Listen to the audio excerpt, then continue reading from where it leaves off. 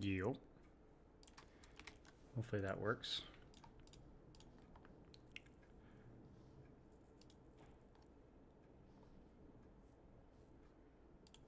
All right.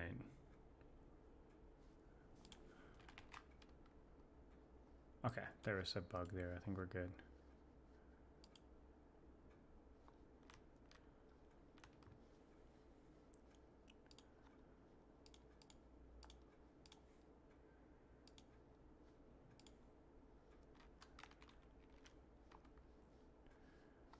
Okay. Shoot. Do that. There. Hello, hello, hello, hello, Skitter, Pawns, Nerdy, Lampshade, Flacken, hello.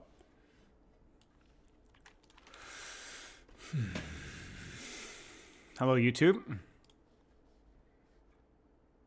Adam, what's up?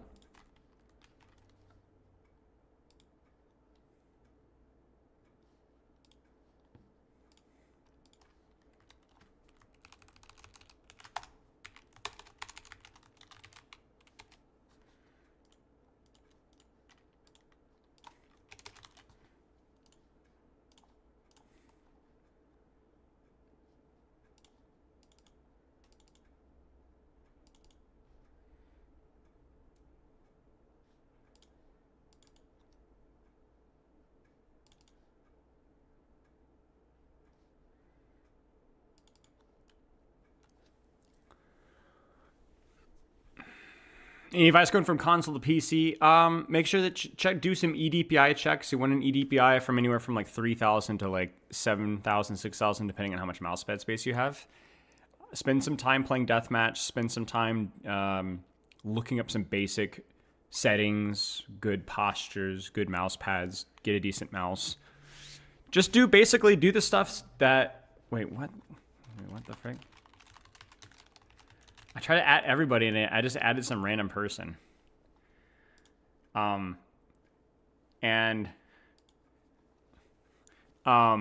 just added one of my Patreons. That's so weird.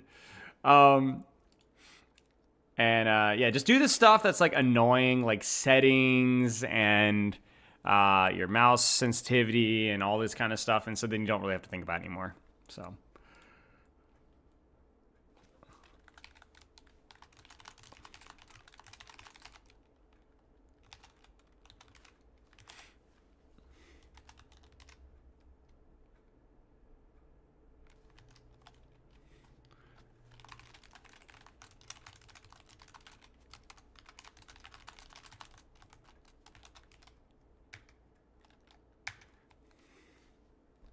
But yeah.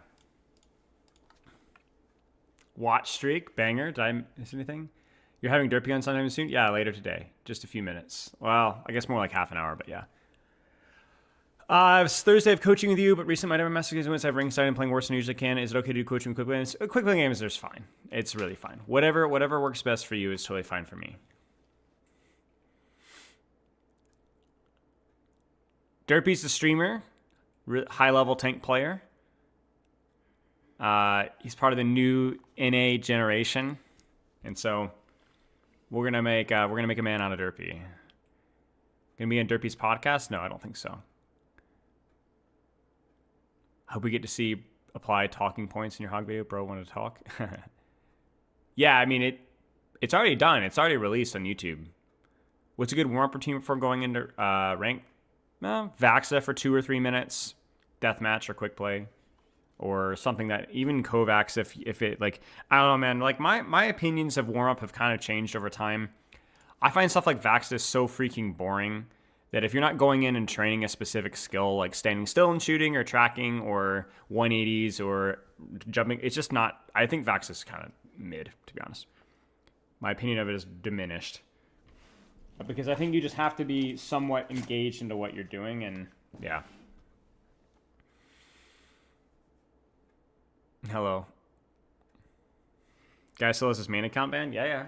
I told you we're reforming Durpee. That's the goal anyway.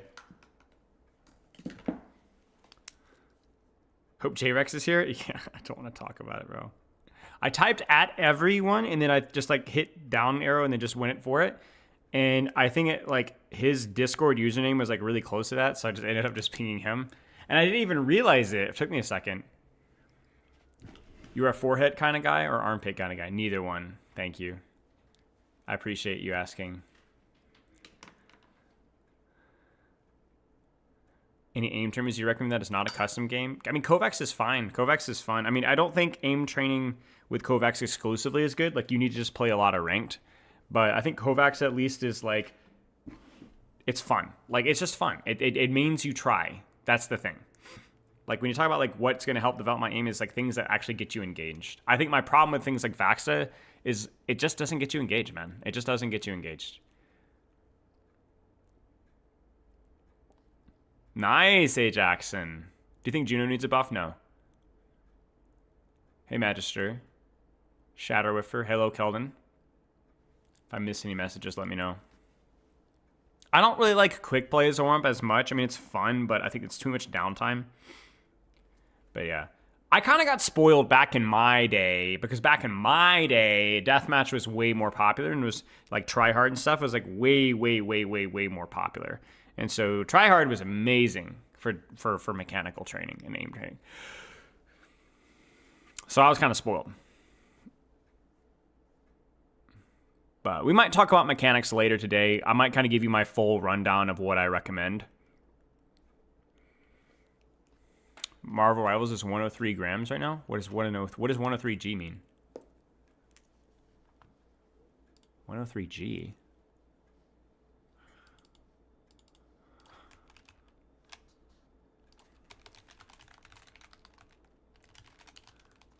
You sharded yourself. I'm sorry to hear that. Hey, Varashi. You think every hero is potentially played in pro arena? In terms of the professional level, no. I think certain support characters have to be pretty overtuned for them to make it the professional level. 103 gigabytes. Oh, just like really big, yeah. TCXX against either bot or the best players. Makes sense. Yeah, it's just not hero specific. There's just a downside to basically every aim routine besides just playing ranked. Isn't the whole problem with like a lot of games is nowadays they're just not like super well optimized? Am I crazy in thinking that? I don't really know much about anything. That's just what I hear. Opinion XCC be the best tank in the world. I mean, what do you think?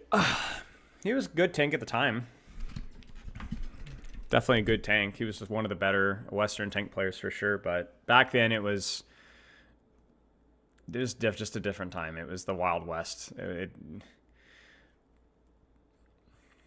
coaching was terrible. Macro understanding was terrible. Overwatch League Season 1 was a complete clown fiesta. Let me put it this way, guys. From what I know about Overwatch League Season 1, and I don't know much. I only know a little bit more than you guys. It's if there was a and general middling quality caused by rushing things and knowing yeah, it makes sense. By even rushed. I bet you could write the sauciest little expose.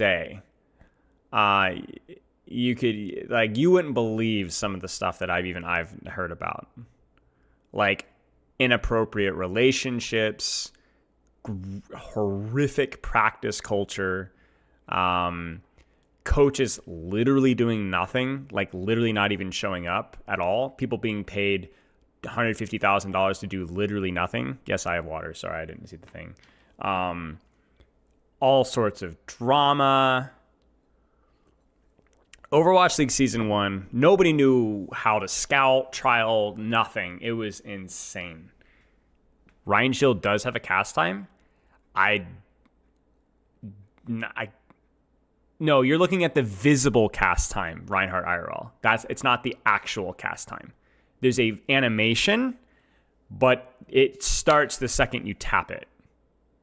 To my knowledge, anyway. Maybe somebody in chat, you need to ask Cloudy. But Brigitte has a cast time that is visual and actual. But again, there's one frame shatters for a reason. So I'm quite sure that if it has a cast time, it's basically 0.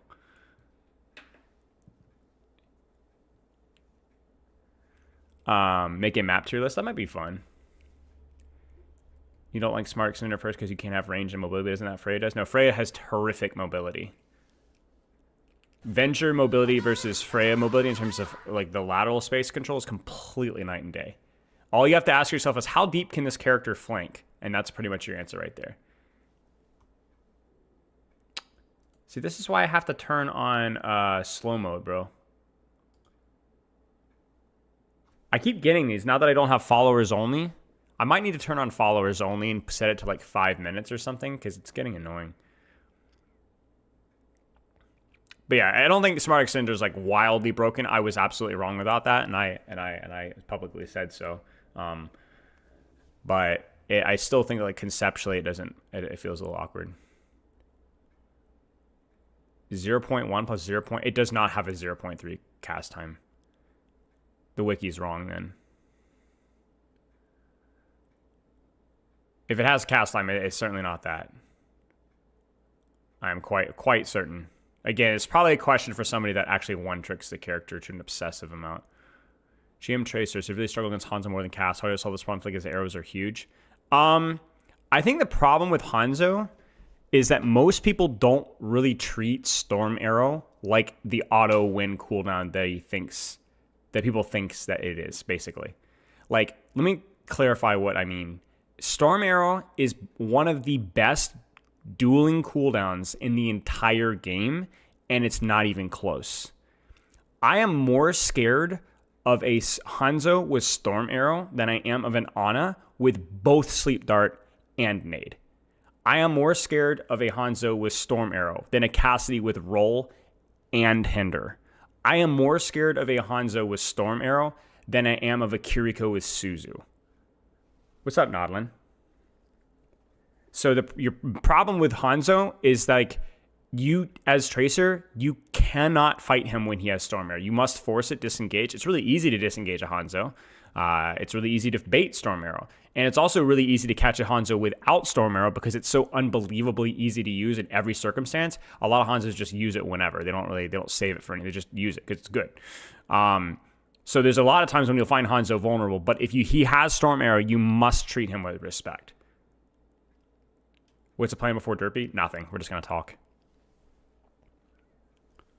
And the reason why it's so strong is not just because DPS, not just because fire rate or, it can headshot, or the thing that makes it so strong is it does not affect his movement speed at all. He can full strafe whatever, at least to my knowledge.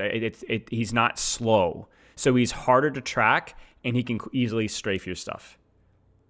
I have not seen CSGO market crash, no. What is that reference to? That sounds interesting.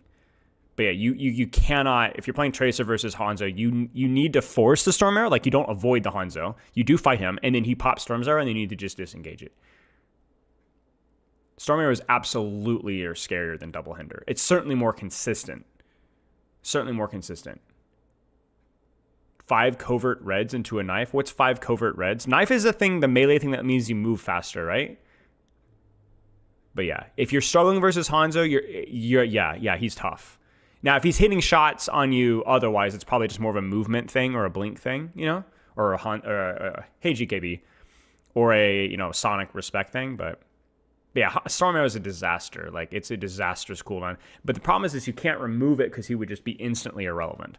Hanzo is a complete train wreck of a hero design, sadly. I don't blame the current team for dealing with him because they've tried 225, he can't function. They've tried no headshot, one shot, he can't function. It's really hard.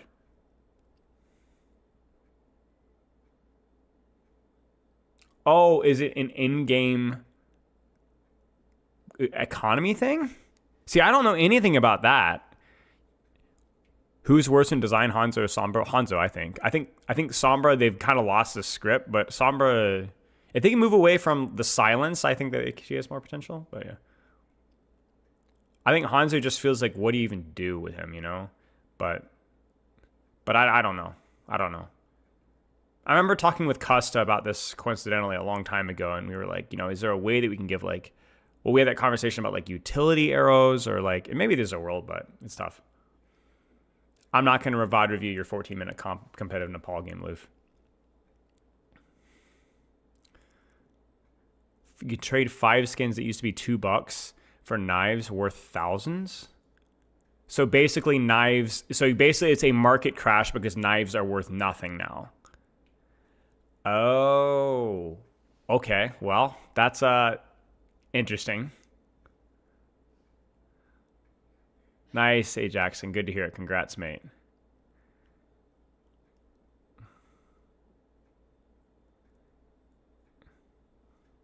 Redesign Hanzo with a sword. Yeah. Interesting. Yeah, that is a choice. I don't know anything about like in-game economy stuff though.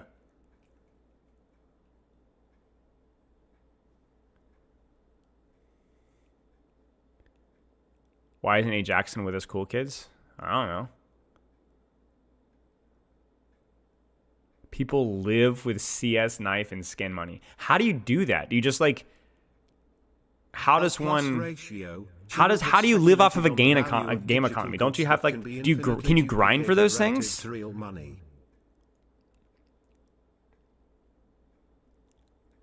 I mean, to be fair, Brax, you could literally say the same thing about what I'm doing. So, I mean, I don't mind taking one on the chin. But isn't that the same thing as what I'm doing? Like, what happens if Overwatch dies tomorrow? You know what I'm saying? I mean, I'm just saying, like, I know there's a nuance there, but you know, so I never played the guitar. Sorry, mate. Tiggle, yeah, fire arrow.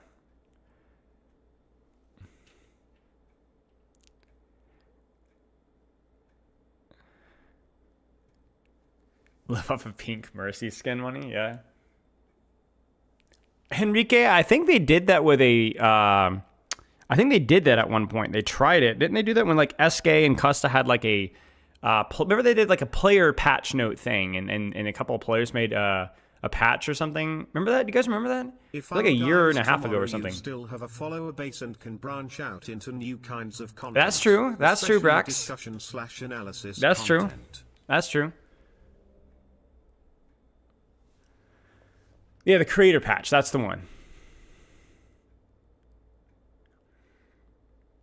I'll branch off into... No, what was that one Reddit comment? I'll go into the manosphere and become a grifter. I'll sell butt pics. I'll tell you guys that you're a loser and that the best way to talk to women is to not talk to women, to ignore them, and to treat them disrespectfully. I'll start my own little MLM. I'll be like, hey guys, I have this amazing book that you can share with your friends and make them men like me. Trying to think, what else could we do here? We could start our own podcast here. There's so many opportunities here. Racism? Well, no, not racism. Racism is too easy to be bad. You know, not like you have to. That's too easy. You have to be careful. Spylo Tate, yeah. That we have potential here. I think we could do this. A Lord of the Rings online coach, yeah. True. Do I do life coaching? Yeah, I do. Unironically, a little bit. If the student needs it, yes. But you already call us losers now. But I could charge you for that.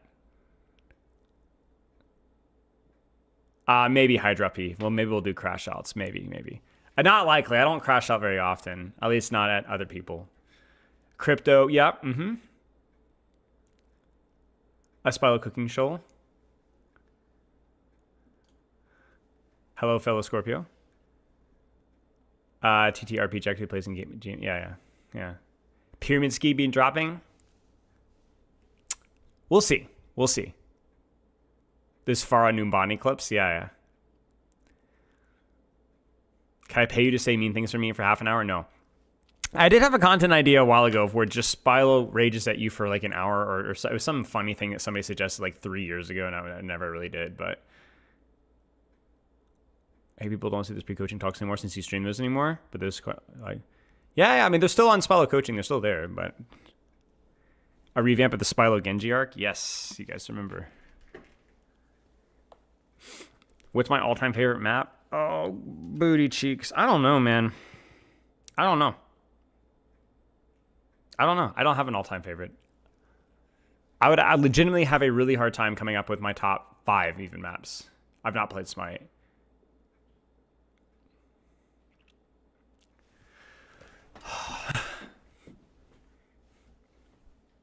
Suravasa? It's all right. It's decent. Kings Row Winter is really classic cinema. It's not my favorite map design-wise, but it is very pretty. I love the music and stuff. Worst map? Oh, man. Okay. This is going to be a bit of a spicy take. I think you guys have heard me say this before. I actually think it might be Shambali. Thung buckle.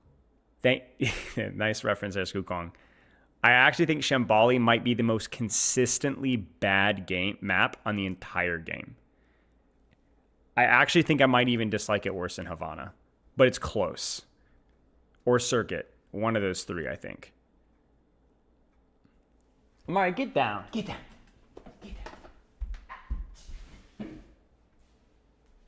I just think it's just so consistently bad, and it also gets bonus points for being a recent release. Not that recent, but like technically Overwatch 2 map. It's like, what are we doing, guys? What are we doing? It's legitimately there isn't even a part of the map that's like redeemable. First point is horrible. Second point is horrible. Third point is horrible. It even feels bad on defense at points. It's just, there isn't anything that's redeemable. I don't think I like a single thing about Shambali besides the visuals. The visuals are cool. That definitely has over Havana. It's more of a personal preference thing. Power Uso is a good shout. Havana is a good shout.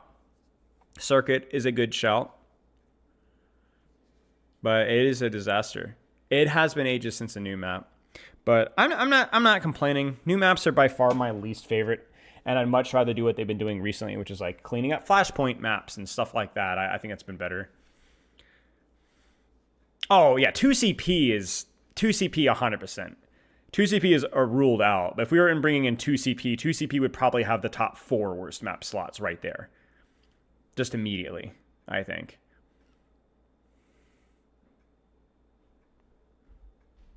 But, the best 2CP map? Okay, so if we're going to go off of not visuals or personal preference, but as close to objective as we can, because I used to coach 2CP extensively, the one that has the least cancer defender's advantage, the one that is more consistently breakable, objectively is Volskaya Industries. Whether you like it or not, it was the most consistent one to break compared to the other 2CP maps, whether you like it or not. It's probably not the most interesting aesthetically one, but it was the most consistent one at the professional level to break. And I believe I asked Gavin this at one point, and he said it was the least defender's advantage, I think, as well, or one of them, but yeah.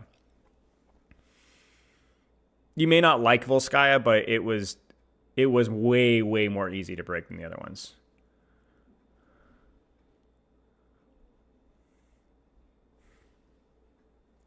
But I think the other 2CP maps, some people like better just because they're more like looking for sharp experiences. Like you have the aesthetic of Anubis and Horizon and Paris. These are all like really cool maps.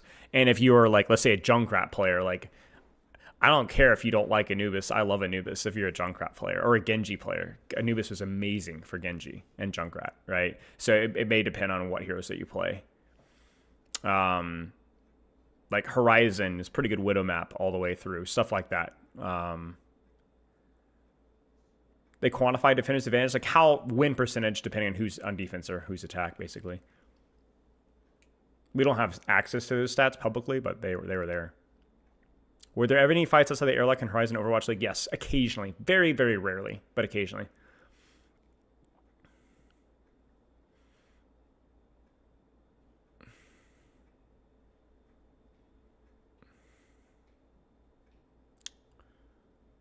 I don't know if I have a favorite map music theme. I'd have to listen. Do you consider Clash to be as problematic as 2CP? No. But it's still bad. And I'm very thankful that they went after it. I'm glad that they went after it. Dream maps. Underground map could be cool. It would be difficult, like a massive cave. Hop down, girl. I can't have you in my lap right now. I'm sorry. I'm sorry. But, yeah. Yeah, Lunar Colony before the rework, yeah. Yes, we talked about it, Attacker's Advantage. At one point, yeah. But the feedback for the most part from a lot of the content creators, at least, not just me, has been like, hey, let's move away from map modes, game modes. It just doesn't make people all that excited. And if maybe new maps and all stuff, that's cool, you know, sure.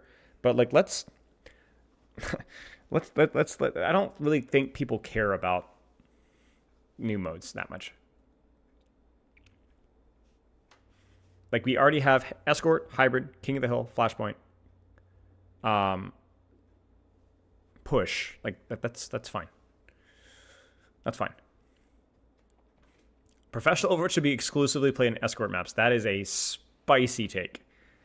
Especially because professional Overwatch players generally like King of the Hill and Flashpoint.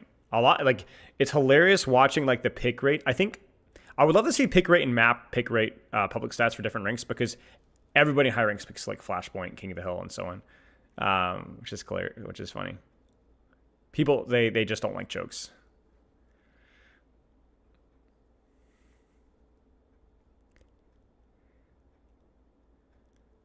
Well, I can definitely do it with Amari in my lap sometimes, but I find a little bit more, I get distracted more easily. It depends on the situation.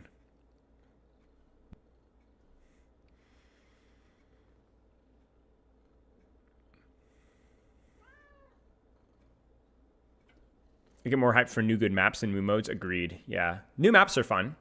Hi, Kitty. Okay, look. You can sit in my lap for just a little bit, but you only have just a few minutes, okay? Just purring your head off. Disliking Flashpoint and Koth is a skill issue. Yeah, mostly I agree. We've talked about it before already, but there is definitely something to be said for hero pools and so on. I think they've done a much better job with the modes to make them feel a little bit less overwhelming, but yeah. Like the front spawns and the speed boost from spawn were really important for making Flashpoint more consistent. This is what happens here. Here, look at this. We're rubbing the mic. I don't know if you guys can hear that. Hi. She's gonna sit and stare at me.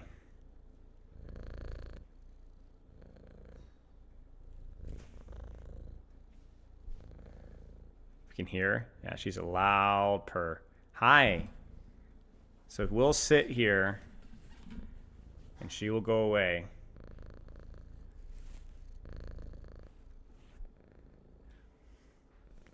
I think Control is just fast games. I think Control is the most underhated game mode for sure, because it is strategically very, very punishing in a very unfair way. Like, we've talked about how important first fight advantage is in King of the Hill. It makes it very swingy, very, very swingy.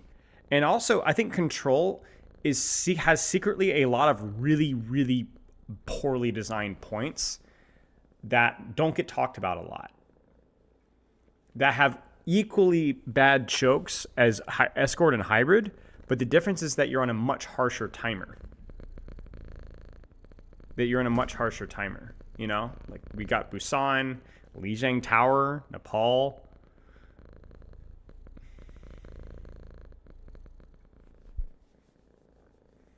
Yeah, so I could go through. I don't think there's a single Control map that I like all the way through.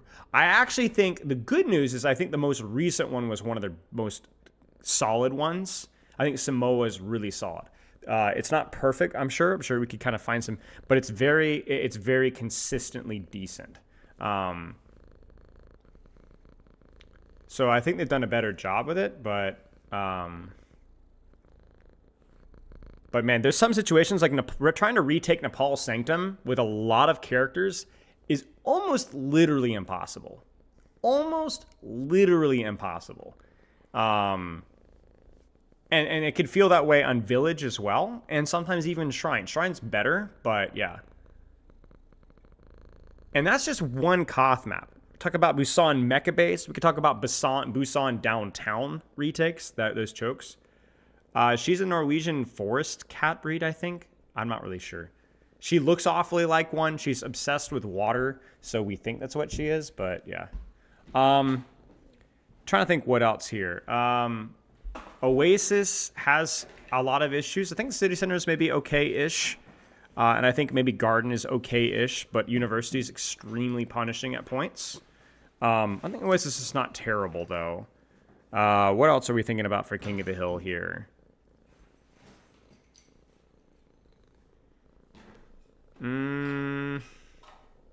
Busan, Nepal. Oh, Ilios. I think Ruins is kind of rough. Ruins needs more. Ruins is too narrow. Ruins needs more help on either one or the other side. I think Well can be really rough to retake as well. I think Lighthouse is okay. It's probably the best of the three, I think. Antarctic sublevels has a lot of wasted space. There's also the Antarctic. I think all the Antarctic maps have problematic issues. She put the bottom down. But yeah, maybe we could talk about it. Is there any, that's all the King of the Hill maps, right? Straw Hat, Roronoa. Thank you for this description.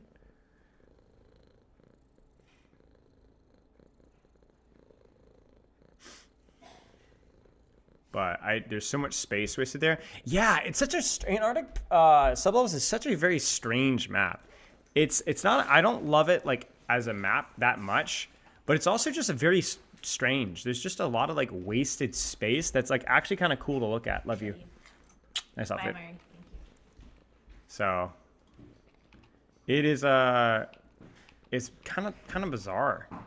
So I don't know, like bye. Which is a shame because it's cool, you know. It's like one of the most aesthetically. To something like 500 hertz Hey, thanks for the sub. Significant impact on my performance coming from a 160 hertz 1440. It won't. It will help you in a very, very small way. It might be more placebo, but I have played on 200 something hertz monitors versus 144, and there is a noticeable jump, but it is small.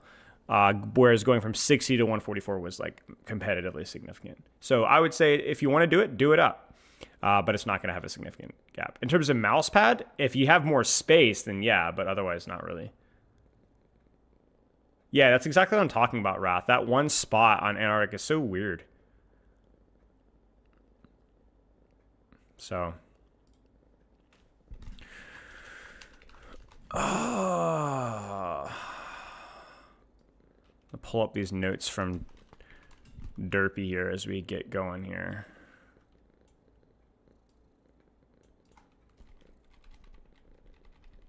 Did you see the awkward tweet?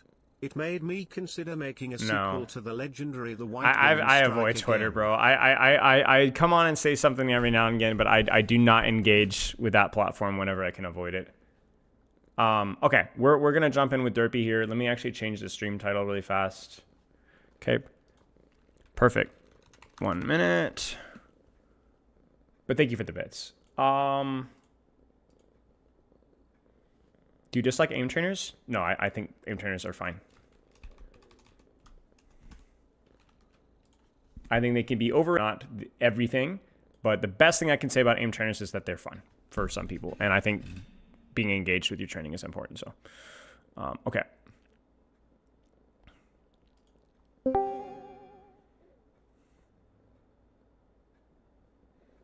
Okay, we're good. Are you wearing your suit and tie?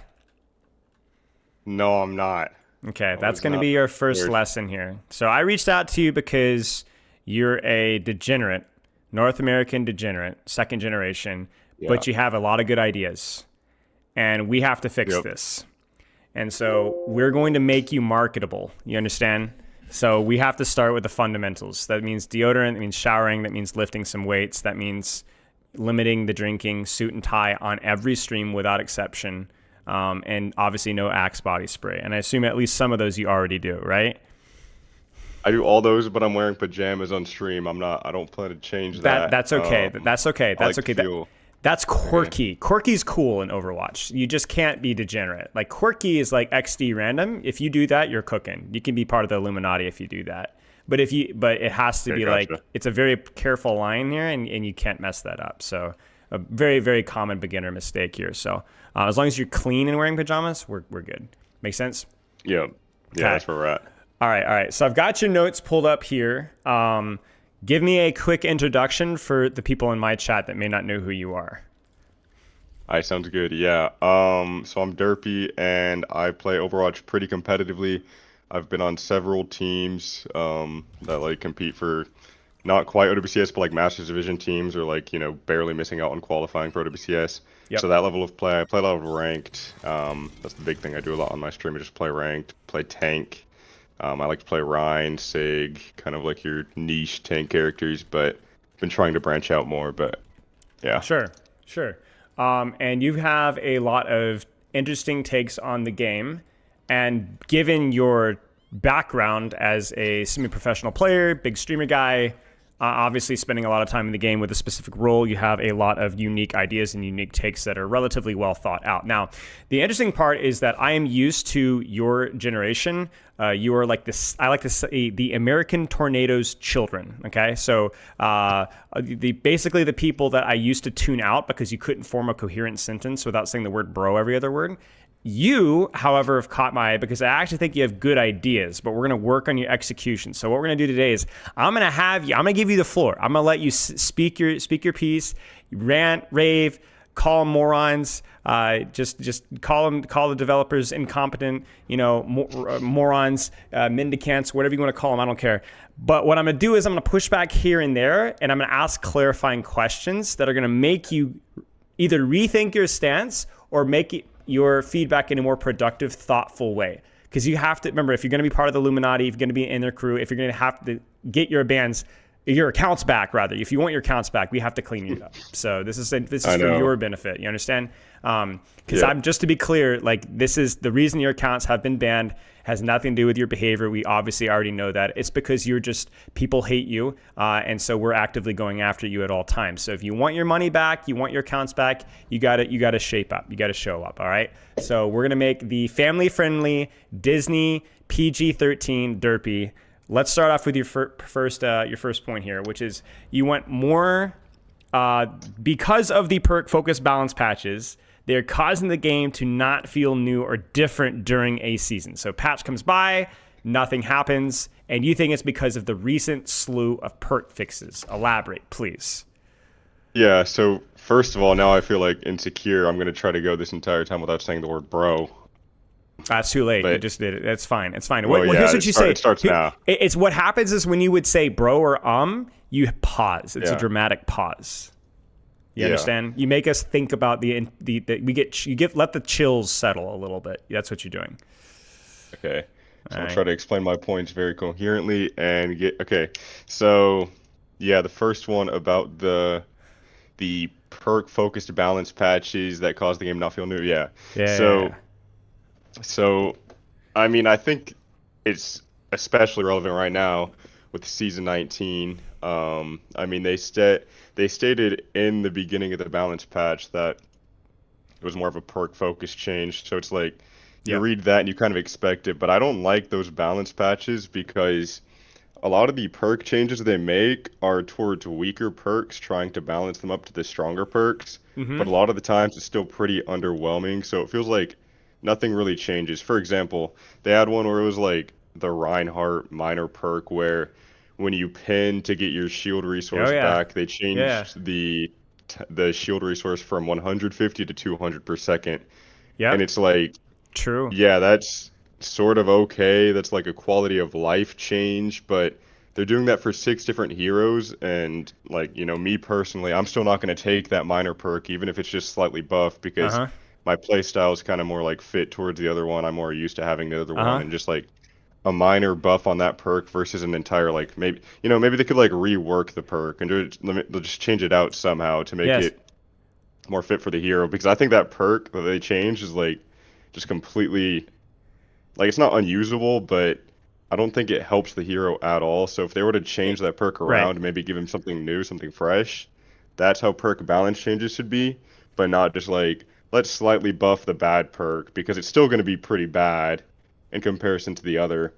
So most of the time you're not going to end up taking the perk they changed, but when they do that for a balance patch across like 6 different heroes, and they use that as an excuse to not actually change, the numbers on different heroes or change bigger pieces of the heroes that are around for the entire game, right? Like it's not just like, oh, maybe I'll take this perk, maybe it won't. It's like actual balance changes that we saw more um, pre-perks. That really makes the game feel fresh. Even if you don't like the balance and you don't like what they change, you can't really deny that before perks, every season felt like something pretty new. Like a different hero is good. Maybe really good heroes are really bad now, but now it's kind of just like we're gambling 50-50 on if they're going to do these minor perk changes or decide to actually Sure. change numbers or Sure. it feels like that. So I appreciate that. That was really good. You didn't say bro once. That was excellently well stated. I agree with you. I've been cracking at Custa for that perk reversion. I hate the Rhine perk. I've been literally going to bat at that. I freaking sucks. It's I know. not particularly interesting. It's not fun, nor does it change the gameplay loop. The intention was to change the gameplay loop. It didn't work. So just revert it or do something different. I agree with you in that front. And I also agree with you that a lot of the other minor perk adjustments that were changed also don't really make the perk worth using. So that we had a lot of really wasted space with the patch changes.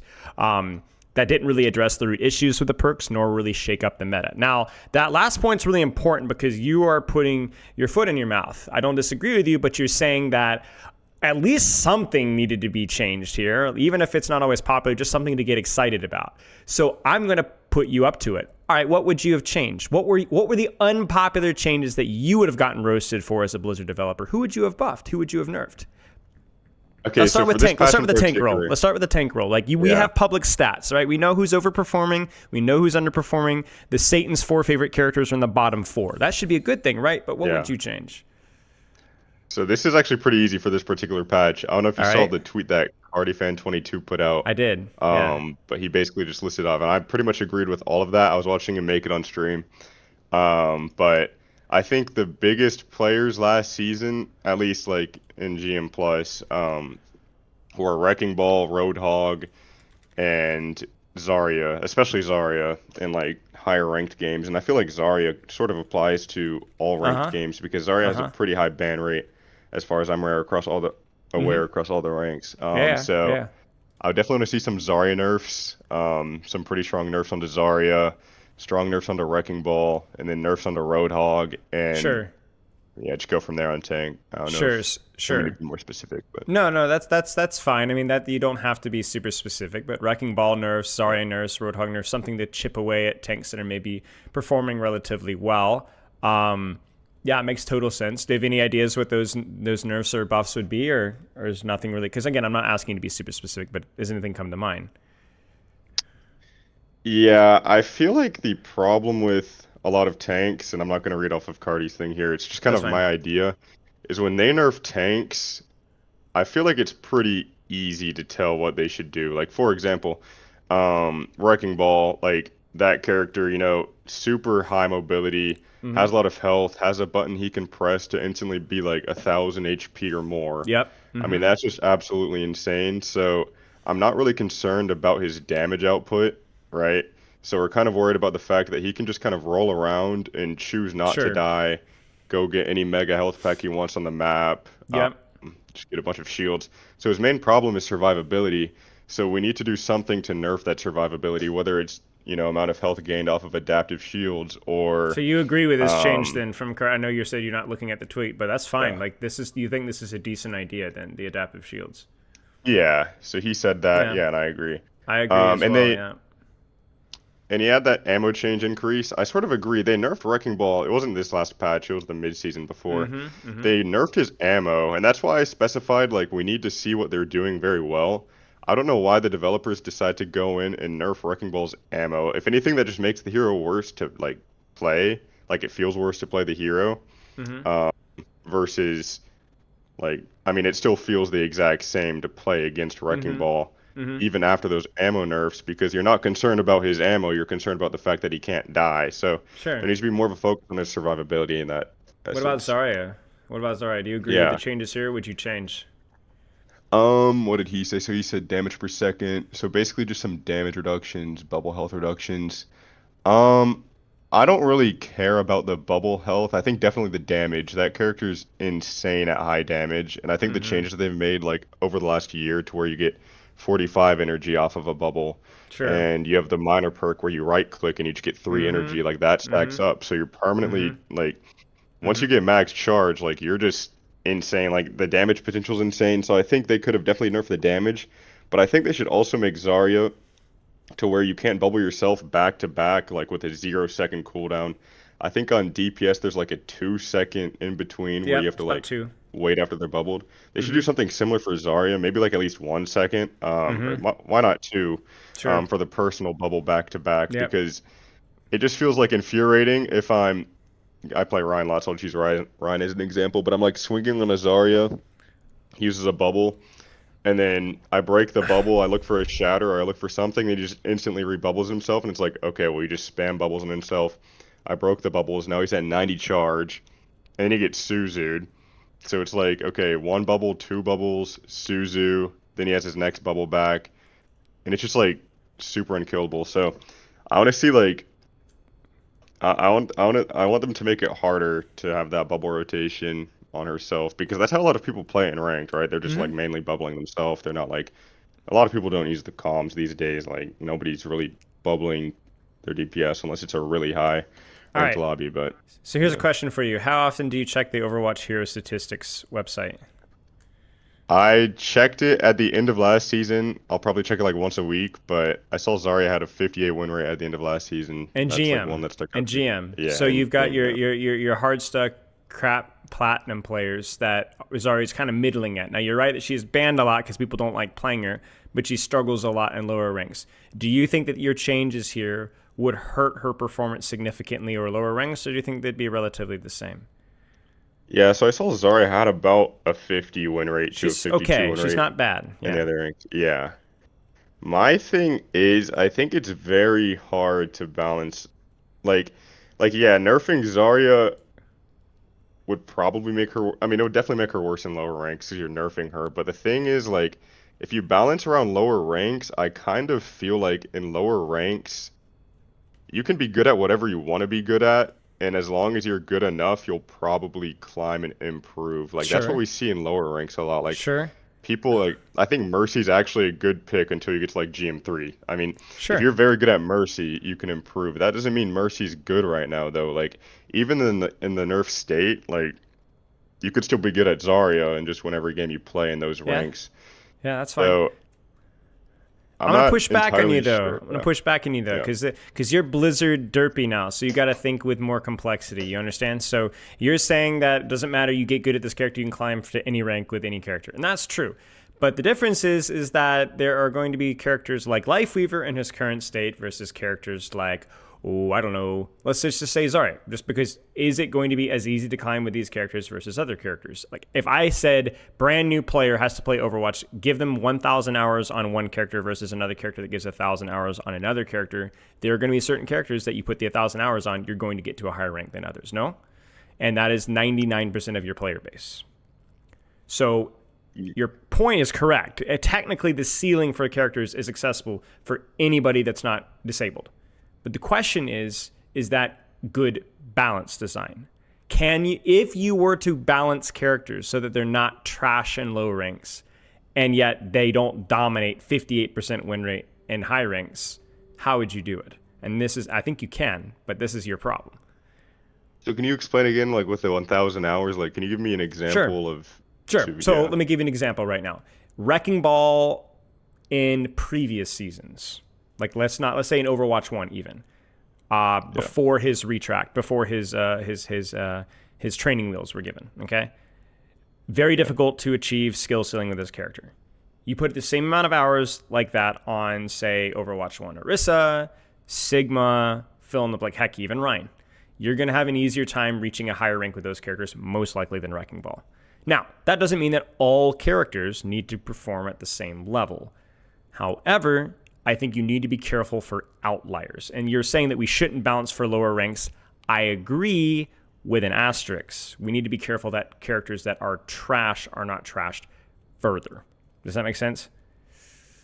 yeah. So my question here is if you think Zarya has a 58% win rate and GM, and she has a 49-50% win rate in Plat, what can you do to make it not 58% in GM, but not 40% in Platinum? You understand? That's your challenge. Yeah. That's your challenge. I think, like, okay, first of all, I think there's heroes that are just easy to play.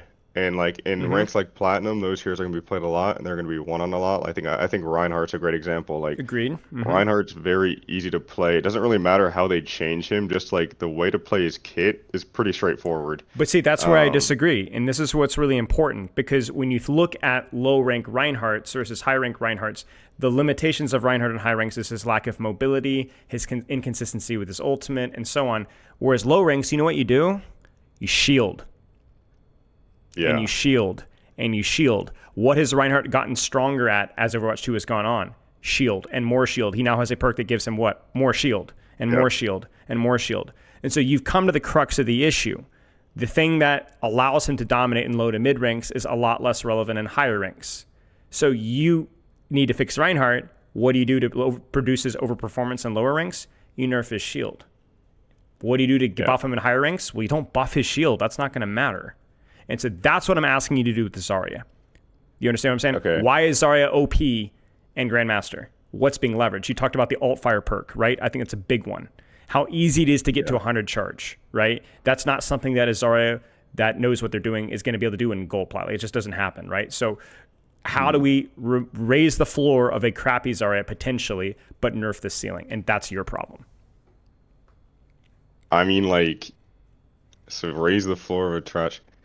Well, you don't even need to raise the floor. Like 49-50% win rate's fine. You know, she's fine. She's not trash. Yeah. That's good. I think you just have to like, that's where I like get into a different point of mine. I think the games like state. I mean, if I'm talking tanks in particular, you'll need to nerf Zarya, but then like she'll still be bad in low ranks, and that's when you need to like maybe look into like dishing out some other nerfs to other heroes that make it to where like Zarya becomes better in comparison to those heroes, but you're not buffing things. I don't think they should buff tanks. Understandable. Like, you're gonna get into Rein. Like, I think they should nerf Reinhardt's shield or his armor or both maybe, but give him a perk that plays more into his mobility. Yeah, 100%. Allow him to like make more plays, because that will open up things at higher ranks. It'll allow players with a lot of time played, a lot of skill in the hero to show off their skill expression. Right. But also at lower ranks, you're not going to just be able to get value by standing on the payload with your shield up. And then that sort of, in a way, opens up, like, for those Zarya players that want to play Zarya, they're allowed to do that. Because they won't just, like, get dumpstered on by some guy that selects Reinhardt and looks at them with a shield in front of them. I'm not going to hold this over your head, but I will say that your solution for making Reinhardt better was to do something to his perks, which is the first point that you complained about from the developers.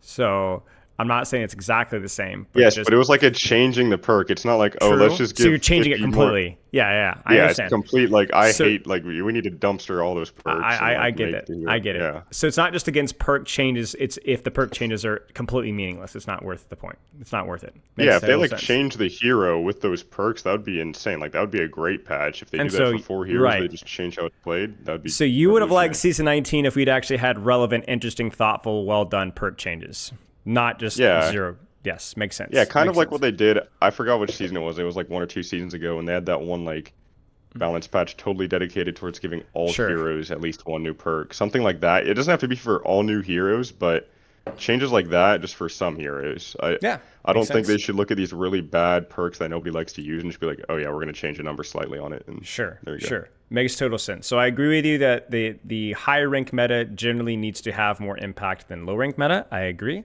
But obviously you just need to have some nuance there. And I think the important reason why that's the case is because you can absolutely have your cake and eat it too. You can look at something and be like, Ryan is overperforming in low ranks, Ryan is overperforming in low ranks, underperforming in high ranks. You can solve those issues. But I think the reason why these win rate statistics in different ranks matter so much is because they really highlight what the actual issue with the character is. Do you understand what I'm saying? That's kind of my argument with Reinhardt, right? It's like you can see there's such a massive discrepancy between gold and Grandmaster Ryan's in terms of performance. And so that immediately tells you what needs to change with the character.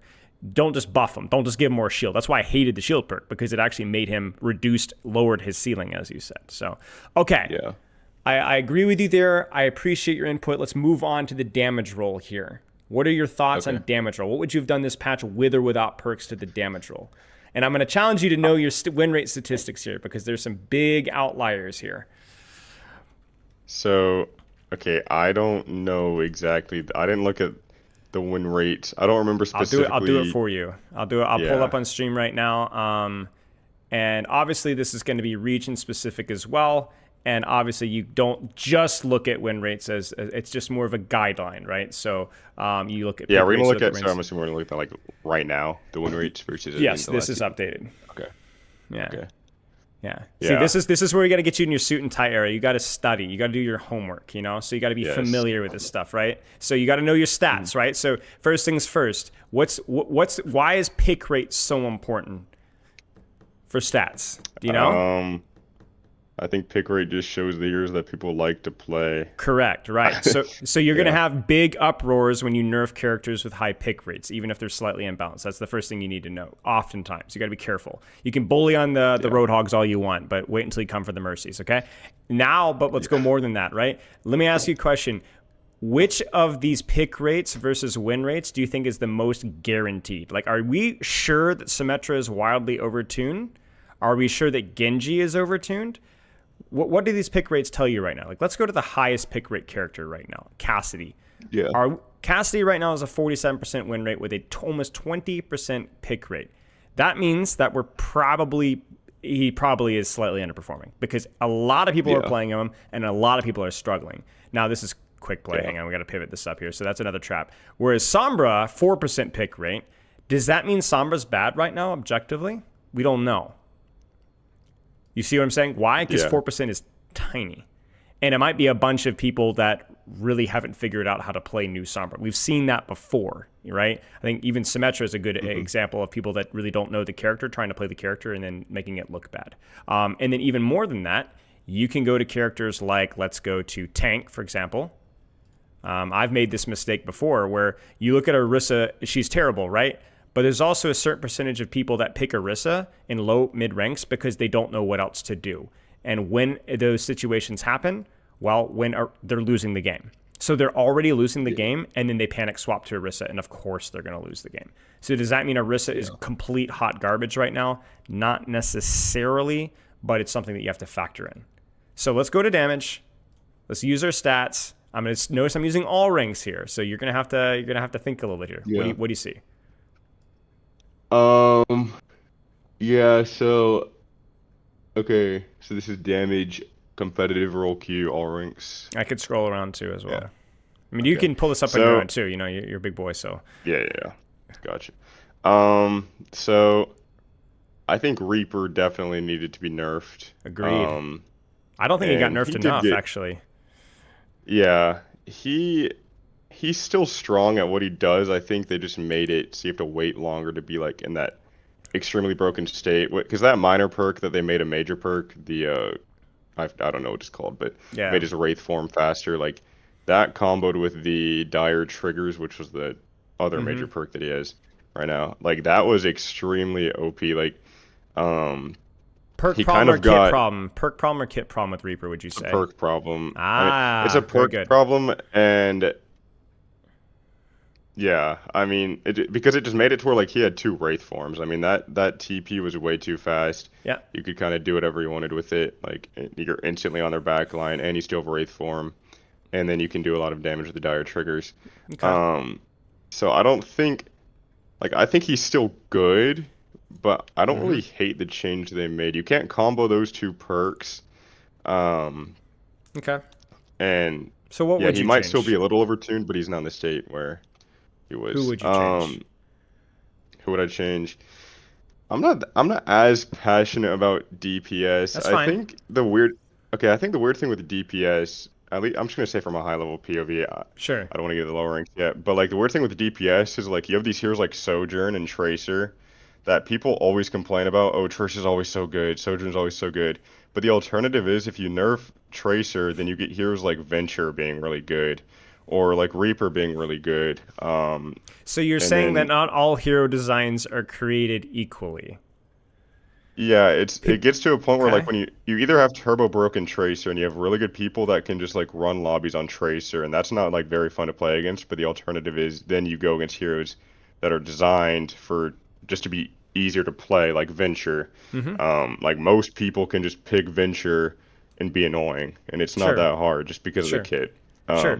So that's So a you really nerf important Tracer. point. That's a really important point. A lot of people complain about that, but that's something that I'm a big fan of. Is that no, it is not the same when Tracer's meta versus Torbjorn's meta. Because when Torbjorn is meta, everybody plays Torbjorn. Bronze players to Yeah, Grandmasters. When Tracer's meta, well, yeah. Tracer's very strong right now. But if we look at pick rate, she's 1, 2, 3, 4, 5, 6, 7, 8, ninth most pick DPS. It's very important. hmm So you're 100% right, and that's definitely something to keep in mind. But continue. Yeah. Yeah, yeah, Tracer's very hard to play. So if I'm playing against like a Torbjorn, it could be anybody in the game playing Torbjorn. They just put a turret in front of me, and suddenly I'm not having any fun. But if I'm playing against a Tracer, they at least have to be really good for my backline to not be having fun. And then like maybe I lose because my backline's listed as their Tracer, which is Sure. kind of fine by me. So I'm not too passionate. I think one thing they should do with DPS is Cardi mentioned it in his thing, but I told him to put it on there. It was just increase the health of Echo from 225 to 250. I think Uh that huh. would be very good for Echo, increasing the survivability there. And I think Echo's a hero that is similar to Tracer because it's pretty hard to play. Um, and if you're getting, if like Echo on the enemy team is running the lobby, you're not like, wow, anybody could do that. Uh Nice huh. job. Like Uh you huh. have to be pretty good at Echo to do that versus like Okay. Venture or Torbjorn. So Sure. I think looking into buffing a hero like Echo up to Tracer's level could be good for the game. Okay. Sure. It would definitely be a mix But up, right? It would be a mix up and probably not a mix yeah, up that would dominate at all ranks necessarily. But yeah. Okay. yeah. Okay. Anything else to add with DPS before we move on? Um, I think a Symmetra nerf just on the teleport. I think they've done so many Sure. micro buffs to it for no reason. It All has right. so much health now. Symmetra has a lot of health at 275. Something needs Sure. to be nerfed about her like tank ability and how Sure. fast it takes or how long it takes to break a teleporter. All right. Just I small stuff agree. like that. Support. Here's what we got. What do you think? Yeah, going into this season, Wu Yang was definitely the biggest like contender for getting nerfed, at least at high ranks. Of course. Yeah. They made some nerfs. He's still pretty good. I don't know if they've nerfed him enough. I'm not sure Mm-hmm. how he performs at high ranks. I don't have my stats memorized. He I does get him on the slightly streams. better. He does slightly better. This is Okay. this is all ranks, by the way. So he's overperforming Okay. everywhere. Yeah, so they could probably make more an aggressive nerf to Wu Yang. Mm-hmm. I don't think it's gonna be like too much more. Like I don't think it's gonna be like Juno where it took 10 patches. Maybe if they just do like one more patch with minor nerfs. I don't think they focus on the damage enough. They kind of like traded off the damage. I think Mm-hmm. they increased the damage for impact and decreased it for AoE or like vice versa. Yeah, But just reduce the it ended splash up damage being slightly. yeah, it ended up being roughly the same because like the thing is like if I'm playing tank, like in a Wu Yang shooting me, like that splash damage doesn't really matter. They're probably gonna hit the direct on me if I'm playing the big Mm-hmm. tank character right in front of them. So I don't really feel that change. And then they just nerfed his health. And that's like, I mean, whatever. I mean, the problem wasn't really killing him. It was just the damage he does.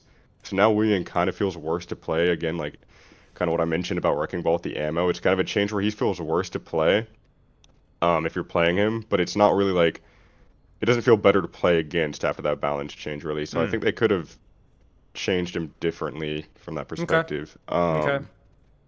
And as far as the other supports, I don't really mind any of them. I don't know if they needed to buff the on a crit damage. That was kind of like a for fun change. I mean, I'm there for it. Heroes that aren't like always good, just kind of making them a little bit better. Um, but I'm kind of indifferent on that one. I think Kiriko probably a hero, but you look at Kiri's stats, she has a 47 win rate, very high pick rate. So that's a concern. You, I don't know but if people are using her see, kit that's the correctly. question right there. Like, that's the question. You Yeah. see, this is what we have to solve. Is like, okay, so then how do we deal with this, right? Like, what do we nerf about Kiriko that makes her oppressive in higher ranks, or what do we buff that makes her like? And the other thing you have to kind of keep in mind as well is that right now we have, probably more so than we have in the past, a lot of really easy support heroes that are really bad, right? Mm. Weaver, Moira, BAP's utility obviously has not been scaled up to Overwatch 2. So the problem is that we have a lot of support heroes that just aren't all that good, and so it's really challenging. So, for Kiriko, it's like she's overhated at high ranks. And another reason why she's hated is because she can be frustrating to play against. So can you make Kiriko more effective without making her more frustrating to play versus? And then can you also make it so that she's not permanently meta at the pro level? And why is she permanently meta at the pro level? And see, these are the questions that if you're going to be a Blizzard developer, professional, suit and tie Durpee, you have to answer this question, right? Because I mean, she's the highest pick support in the game, and she's in the bottom 4 win rate. Yeah. And in fact, if you actually go to Grandmaster, this might be a bit of a surprise, maybe not. In Grandmaster, she's not even middling. She's still in the bottom half for win rate. So yeah, it's tricky. It's tricky.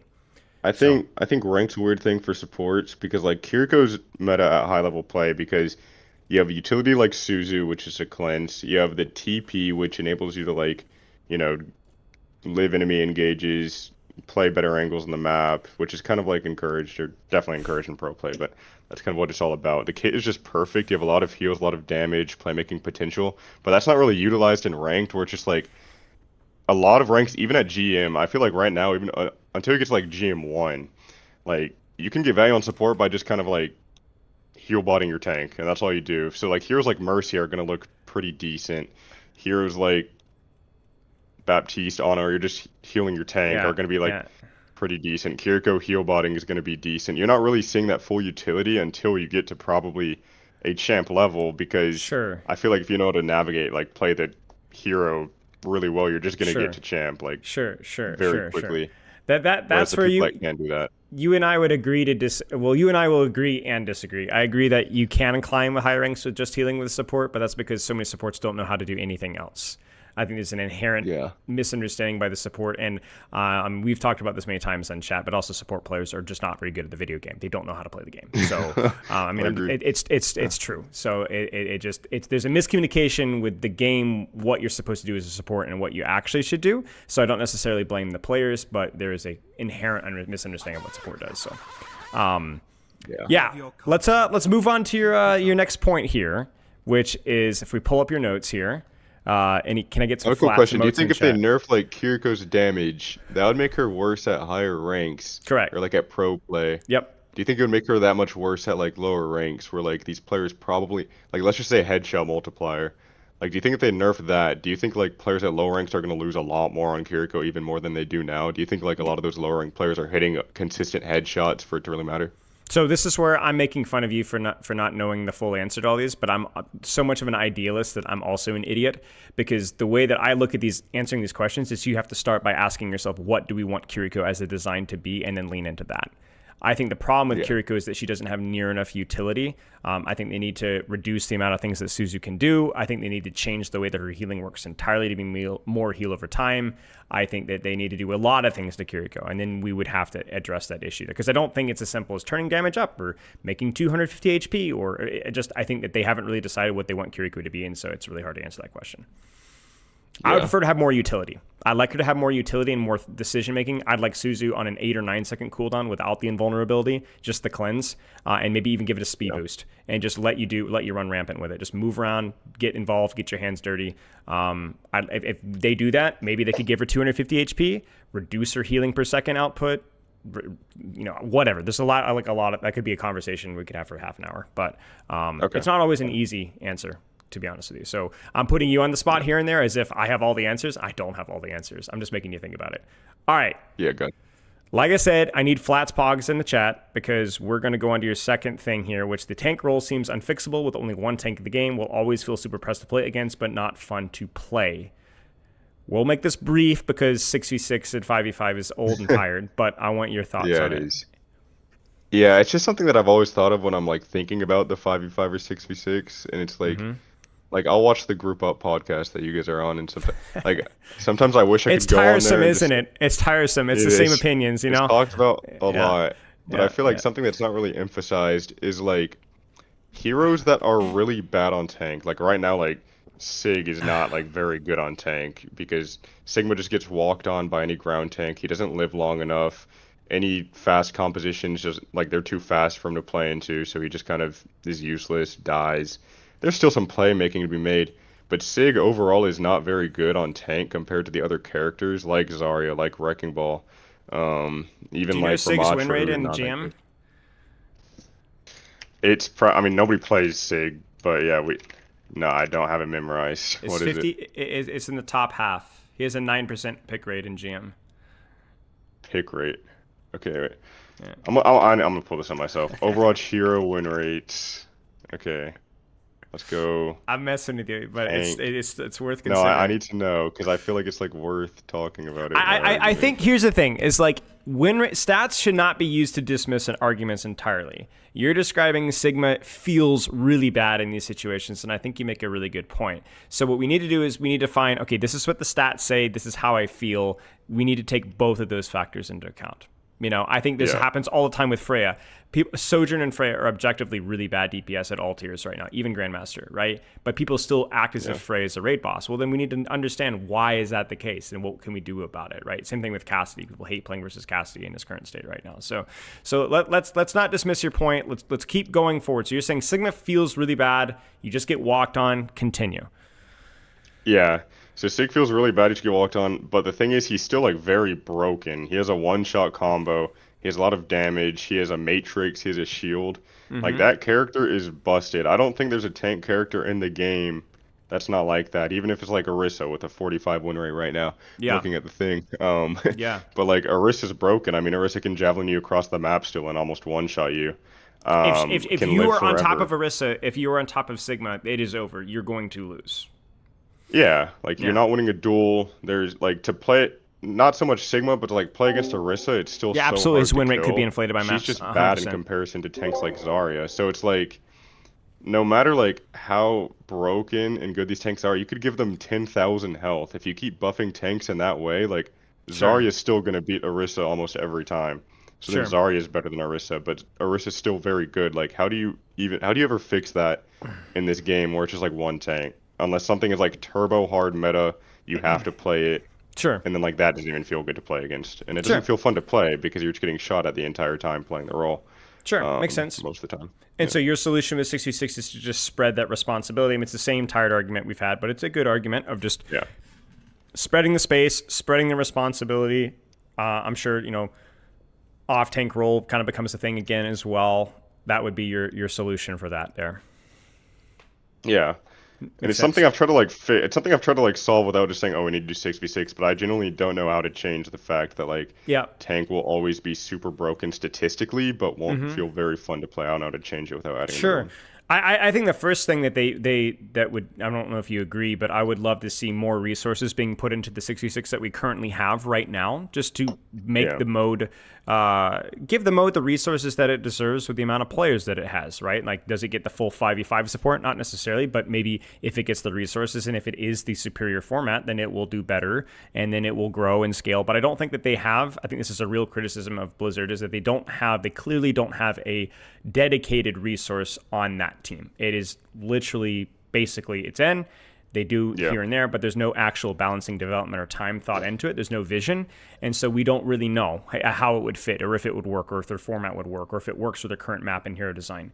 And so that I think is a shame. And if you're invested in the long-term health of the game, I think it's 100%, 100% the play. Yeah.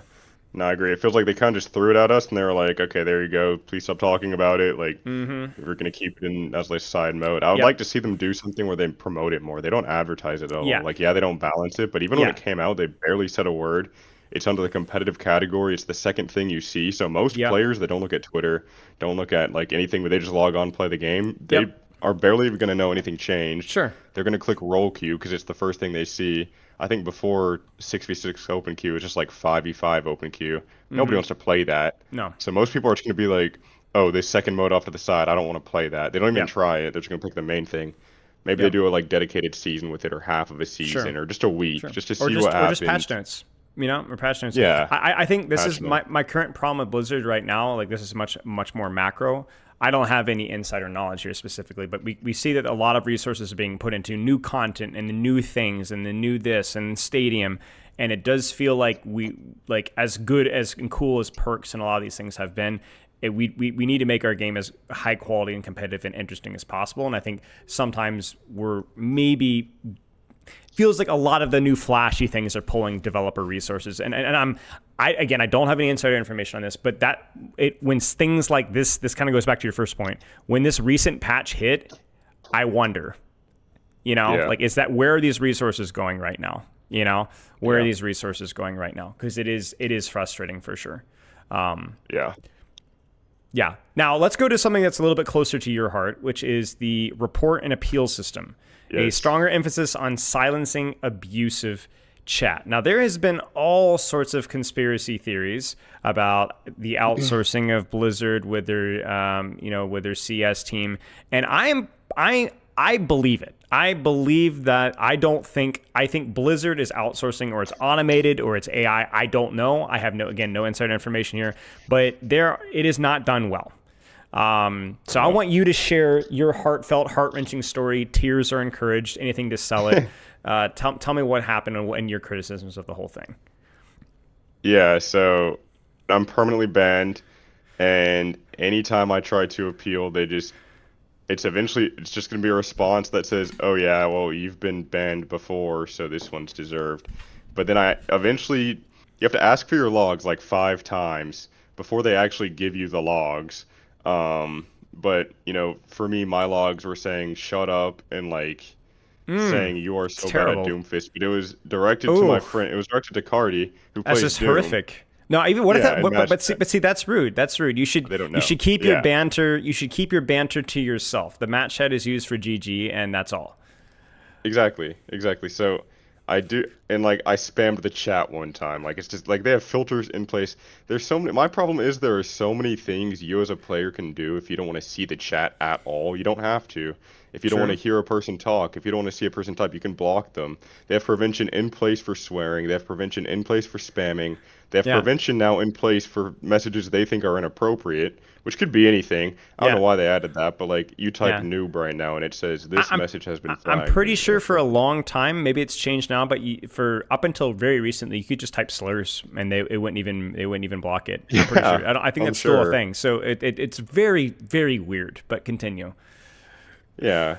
And then if you type GG easy, it auto changes it to say something else. Like, why don't they just do that for more words if they want to? Like, they could do so many different things. Like, I haven't even gotten to how bad, like, the appeal system is. I'm just talking about how bad, like, in order to get banned, you could do anything. As long as you get reported enough and you play the game enough, it's just gonna ban you. Like, they don't actually, they don't look. I mean, I play the game on my main account a lot. Like, I had a full diamond border, 5 stars, maximum wings, all of that. In Overwatch 1, I had a full border. I played the game a lot on my main account, and I didn't change any of that going into Overwatch 2. And side note, I think it got way worse in Overwatch 2, because I never once even got, like, a warning for abusive chat in Overwatch 1. But in Overwatch 2, I probably got, like, 8 mutes. Like, I don't know. I don't do anything that bad. I just play a lot. I get reported a lot.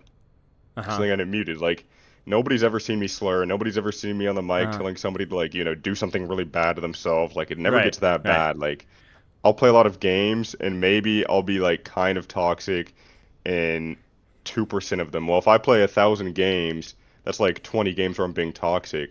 And for somebody that only plays, like, 30 games a week, 20 games of them being toxic is, like, a lot of games. So, in comparison, it's bad, and I just get reported enough, and now I'm permanently banned.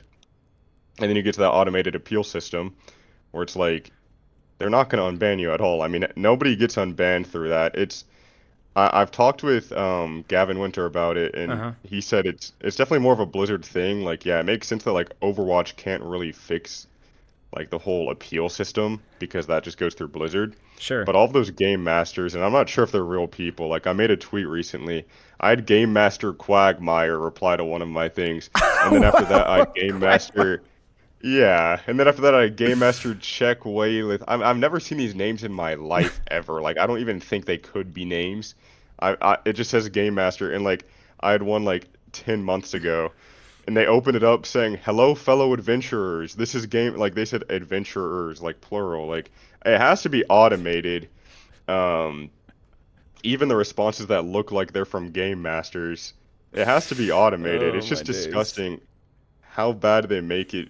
Look, nobody's getting unbanned through that. They're just gonna be like, oh yeah, we think you deserve to be banned, so we won't overturn this. And the only way people get unbanned is if they post on Twitter, and get like 2,000 likes, and then everybody freaks out. Somebody tags somebody that can actually do something, and then they Right. get unbanned. Like, I don't know if you saw the case where somebody got banned for saying the word noob. It was like a month I ago. did hear They got that. banned for Yes, saying noob. I did Yeah. hear And that. then Play Overwatch tweets out, "Oh, don't worry, we fixed the problem. You can say noob now." Yeah, I guess Yeah. they just unbanned that guy. But by the Yeah. way, you still can't say noob now. If you get reported enough and noob is in your logs, you're permanently banned. I mean, you just have to get reported enough. That's completely Yeah. automated. They don't look. They don't look when you appeal. So there's not actually one person like with a brain that's looking at these logs and goes, "Oh yeah, well, this person slurred a lot, so they should be banned." Or like on the other case, like, "Oh, you know what? This person, kind of rude every now and then, but does it deserve a permanent ban? No, maybe not. So let's just do this Right. instead." Right. And I think the worst case for abusive chat should be a permanent mute, because if you permanently ban somebody, then they're just going to get on a different account and start like saying whatever they said again. But if you mute them, True. they might stay on the same account and they can't talk. Like, what's the point of permanently banning them for abusive comms? Like, you might as well just keep them on the game. They'll still buy skins from the shop. They just can't Sure. talk, and then your Sure. solution's fixed, and See, you're now getting you're more thinking money. like a Blizzard developer. Well done. That's Yeah, good. That's it's good. just so. I've thought through it. Like, it's just so bad from a company perspective. They're so lenient on these bans. It's like discouraging people to play the game. It's discouraging people to want to try to win competitive games. There's just like no benefit, and I just don't like how like nobody in the Overwatch team has said anything, because I think it's like, yeah, the appeal thing is like a Blizzard problem, but it's more of an Overwatch problem. When you're getting banned on Overwatch, they're encouraging you to report people. Over the years, like, they've added these things that just make it quicker to report somebody, like that thing in the chat that says marked as an appropriate message. You can report somebody in the chat. You can report somebody by right-clicking on the scoreboard. You could, Mm-hmm. like, they've amped up the defense matrix. They've put out articles about like the defense Mm-hmm. matrix is getting stronger every day. We're looking out for abusive chat. Like, all they've ever done is like go even more towards the side of reporting people and getting them banned. They haven't said anything about these automated bans. They haven't said anything about um all of the like, we had that case about noob, but I'll get so many people coming to me like every day. They're like, "Oh my gosh, can you like tweet something about this?" And I'm like, I mean, not really, because they don't unban me. Why would they unban you if I Sure. tweeted about it? But Sure. there's so many people every day like that get affected by this stuff, and it just dwindles their player base. They get less money because of it. It just, I don't understand from any perspective how this is good. And I wish they at least came out and said something about it, or were more transparent about it. And hopefully one day like do something about it, fix how it works, because it's just terrible right now. Sure. And yeah, I'm just And obviously, permanently banned bad because of that. actors make it worse as well, because there's people out there that legitimately will pretend that they're innocent and they're not. But yeah, makes total sense. Yeah, there's a bunch of those, yeah. Okay, outdated heroes or heroes unfit for the game that need a rework. I'm just going to change my hero to something irrelevant here. Go ahead, elaborate on what we're talking about here. So I kind of touched on this a little bit already with Rhine, but I think Rhine in Overwatch 1 is a perfectly fine hero. But I think now you've gotten to the point where they've like buffed hero health pools in Season 9. They've buffed every tank so much in Overwatch 2 just to make it like feel playable. Sure. But then you get to the point where like now I don't know exactly how much health he has, but Rhine is like so much armor, so much health, so much shield resource. Like, he's basically just unkillable. But that's all he's really good for. Like, there's no playmaking potential in that hero really. Sure. Which is why I kind of talked about like changing his perks around and then maybe nerfing his shield, nerfing his health. So that's a good example. But there's also just other heroes like Lifeweaver, like Roadhog, that just don't feel like good for the game at all. Like, nobody ever wants to play against Lifeweaver. Nobody wants to play with a Lifeweaver. Like, it's just like there needs to be more looking into these heroes, like better reworks done, because they've reworked Roadhog like 5 times, but he still just walks around the map, has a hook, can one-shot you. Like, that's the point of the hero. Like, I think a Sure. great rework for Hog would have been to change him into Junker Queen 3 years ago when they released the game, because that's like a pretty similar design with the knife, pulling people in, but there's still like, you have to be pretty decent to hit the knife, and you won't instantly die if you get knifed. So you're saying certain characters just don't seem to fit as well in Overwatch 2, and then you're saying there's also certain characters that you just don't like, period. Yeah. Makes total sense. Makes total sense. With I the don't think ones it's that... yeah. Go ahead. I don't think it's like a hot take either. Like these heroes, like Lifeweaver, Roadhog, like across all ranks, nobody likes them. Sure, sure. Why do you think that is? It's just like what I mentioned, like with Roadhog, like nobody wants him on the team because he doesn't play the tank role properly. It just encourages a death match. Okay. And so if you're playing against him and you get hooked, you're like, oh well, I'm just dead because now you're across the map and you're hooked into his entire team. Sure. And he can just one-shot you unless you're on like tank or on Bastion or something. And then Lifeweaver's like, I think life grip's just the big thing that needs to be changed because if you're playing and you get life gripped, it's like very annoying to get life gripped versus just getting Suzu'd or getting lamped. Like you can still fight in your same position, but if I get life gripped on like Reinhardt, now I'm just giving up so much space on the map. It kind of makes the game awkward for 3 seconds. I have to walk up back to that same spot versus like a lamp or a Suzu. I'm just staying in the same place. I'm just getting. So it's a repositioning defensive cooldown. It yanks you out of position without allowing you to continue your aggression like some of the other cooldowns do. Yeah. Makes sense. Then, so it's annoying for me, but playing against that is also annoying because, like, imagine you're shooting a Rhine and you get him pretty low, but all of a sudden he just gets pulled back into his team, comes back, and now he has, like, full health and, like, most of his shield left, and you have to do all of that again, and then he's going to get life gripped again. It's just a bad cycle. So what is your solution? Your solution here is to devote more resources into reworks as a whole? Yeah, pretty much. I haven't thought about, like, I haven't thought too hard on the execution of this, but I feel like it's something that they should be doing a lot quicker, is addressing these heroes like Roadhog and Lifeweaver and stuff that people always talk about. So more reworks depends on the characters. I haven't put a lot of thought into it, but it depends on the characters. Some of them are cool designs but just need help, and some of them are just crappy designs, need more help.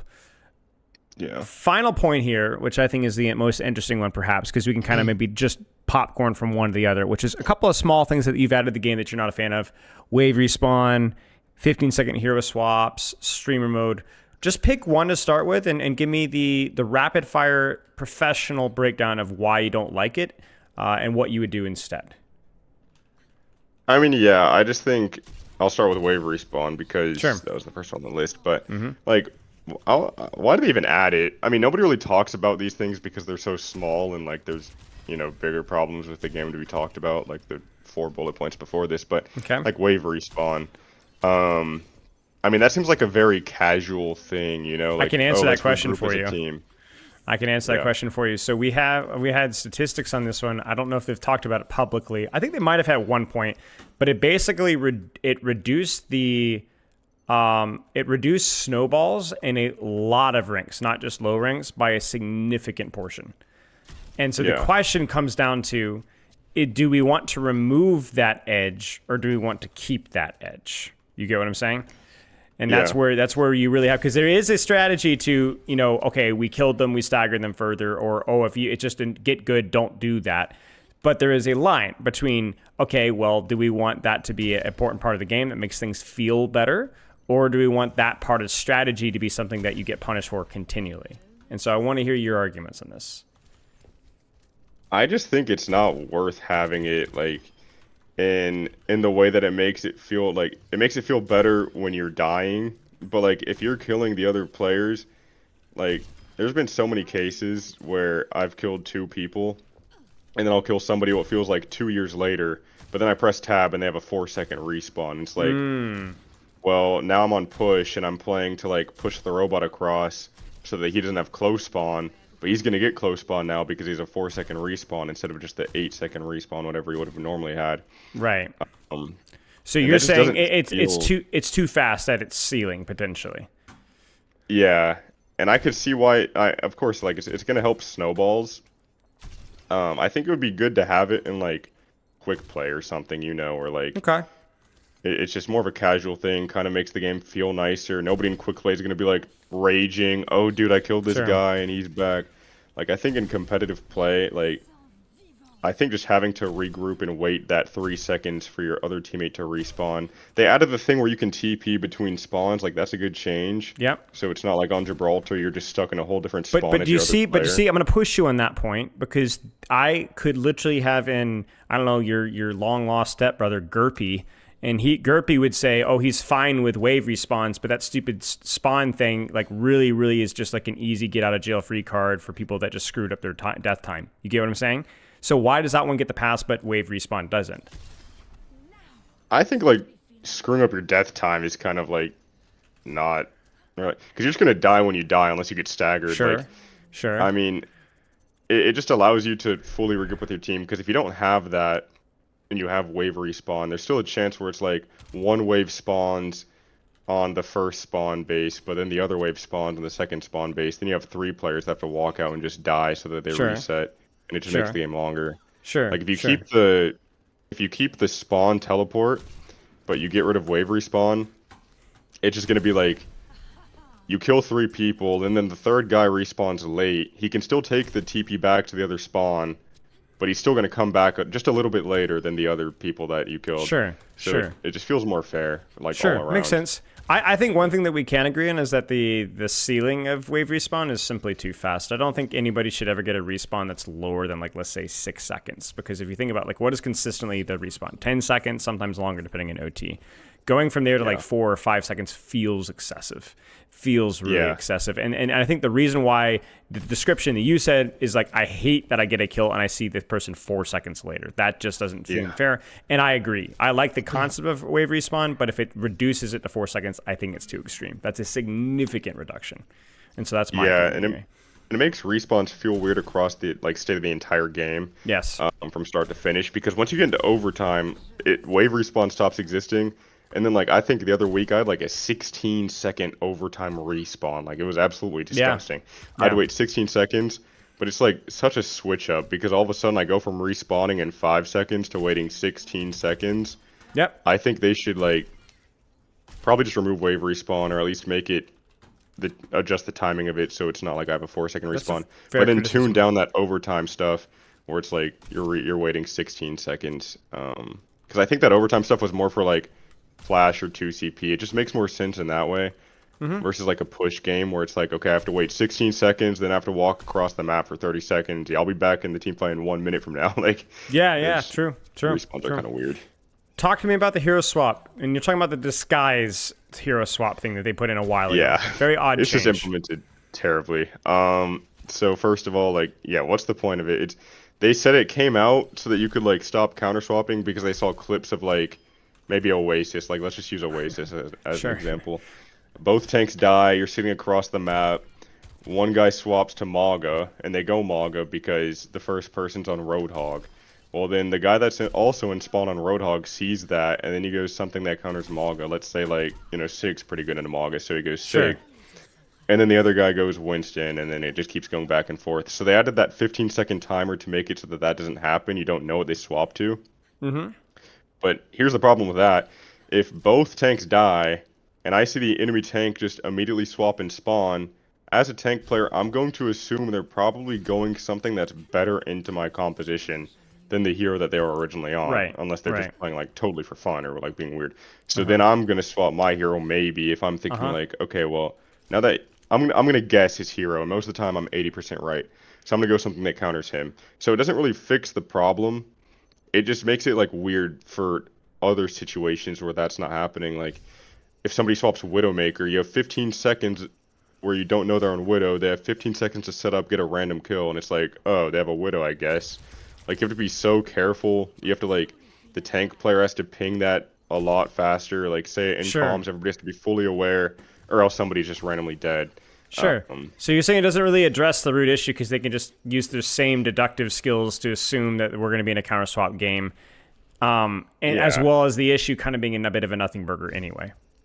I don't really see the point. And plus, there's still like that 1 millisecond when they swap. I'm sure you're aware of it.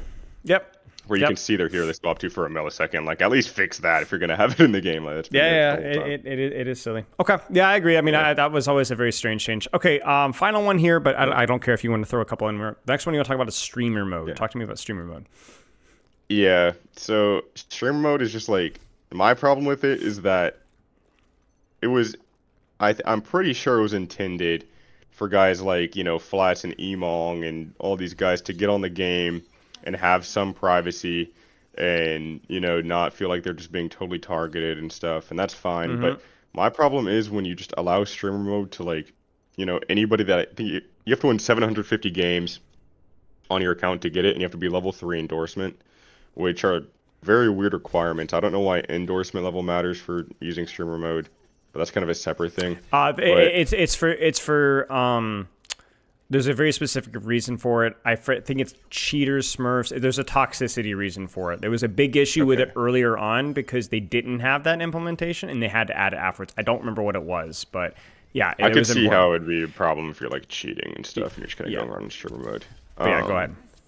That's not my biggest issue though. It's just like I feel like nowadays, if I'm playing in a GM3 plus lobby with a bunch of people that are pretty decent at the game, half the lobby's in streamer mode, which just makes it weird. It's like I don't really know who I'm playing with. I don't know who I'm playing against. It just feels so anonymous, and it's almost an advantage to have streamer mode on because if you load into a lobby and you're playing against somebody that has a public profile, they don't have streamer mode, you're gonna know everything about them. You're gonna know what they play, what you should pick in response to that. But if you go against somebody with private profile and streamer mode on, it's just a complete guess. They have the advantage if you don't have streamer mode because, like, let's say they play into me, like they see that I load into the lobby, they're like, oh yeah, they have Durpee, he's gonna go Ryan or maybe Sig, but I have no idea what the other person's gonna play, so it gives you almost a gameplay advantage for no reason. It just feels like it's extending past the point of like protecting streamers or people with audiences that might get targeted, and I feel like there's a pretty easy fix. Is there not a way to like connect your Twitch and your Battle.net to like? There probably could be. Yeah, there probably could be. I mean, you'd still have similar issues where people will still stream snipe, which so it's gonna be the same problem. Yeah, it doesn't really fix the stream sniping. It doesn't. I think the question is kind of more of a question of personality, right? Like where this kind of takes the edge off of things for a lot of people, but then it also brings its own issues into play. Do you remember a while back, maybe about 2 years ago, there was a big push from a lot of the pro scene to stream scrimps. Do you remember that? I remember how everybody was super hype on that, and then remember that just died? Yeah. I've been and I think we have a similar issue here where like there is an idea there, but all of a sudden people are realizing, oh man, I'm just giving away information for free, which at your level is a big deal. So here's what I will say is I will say that there is a lot of good things that streamer mode does. I mean, even myself, I've dealt with people purposely stream sniping, throwing my games, harassing me, and I'm sure you've dealt with the same. It just happens, right? But the question is there a balance between where we can find a solution or something that can help without totally removing personality and or compromising competitive integrity, right? And I think there's something to be said for that. So I don't know. It's tricky. It's the same argument with private profiles, I think, which is obviously an argument that I think the private profiles won, for better or worse.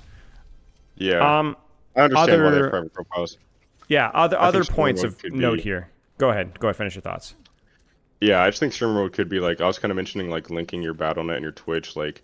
Maybe you have to have minimum 5,000 followers on Twitch to be able to use streamer mode. Sure.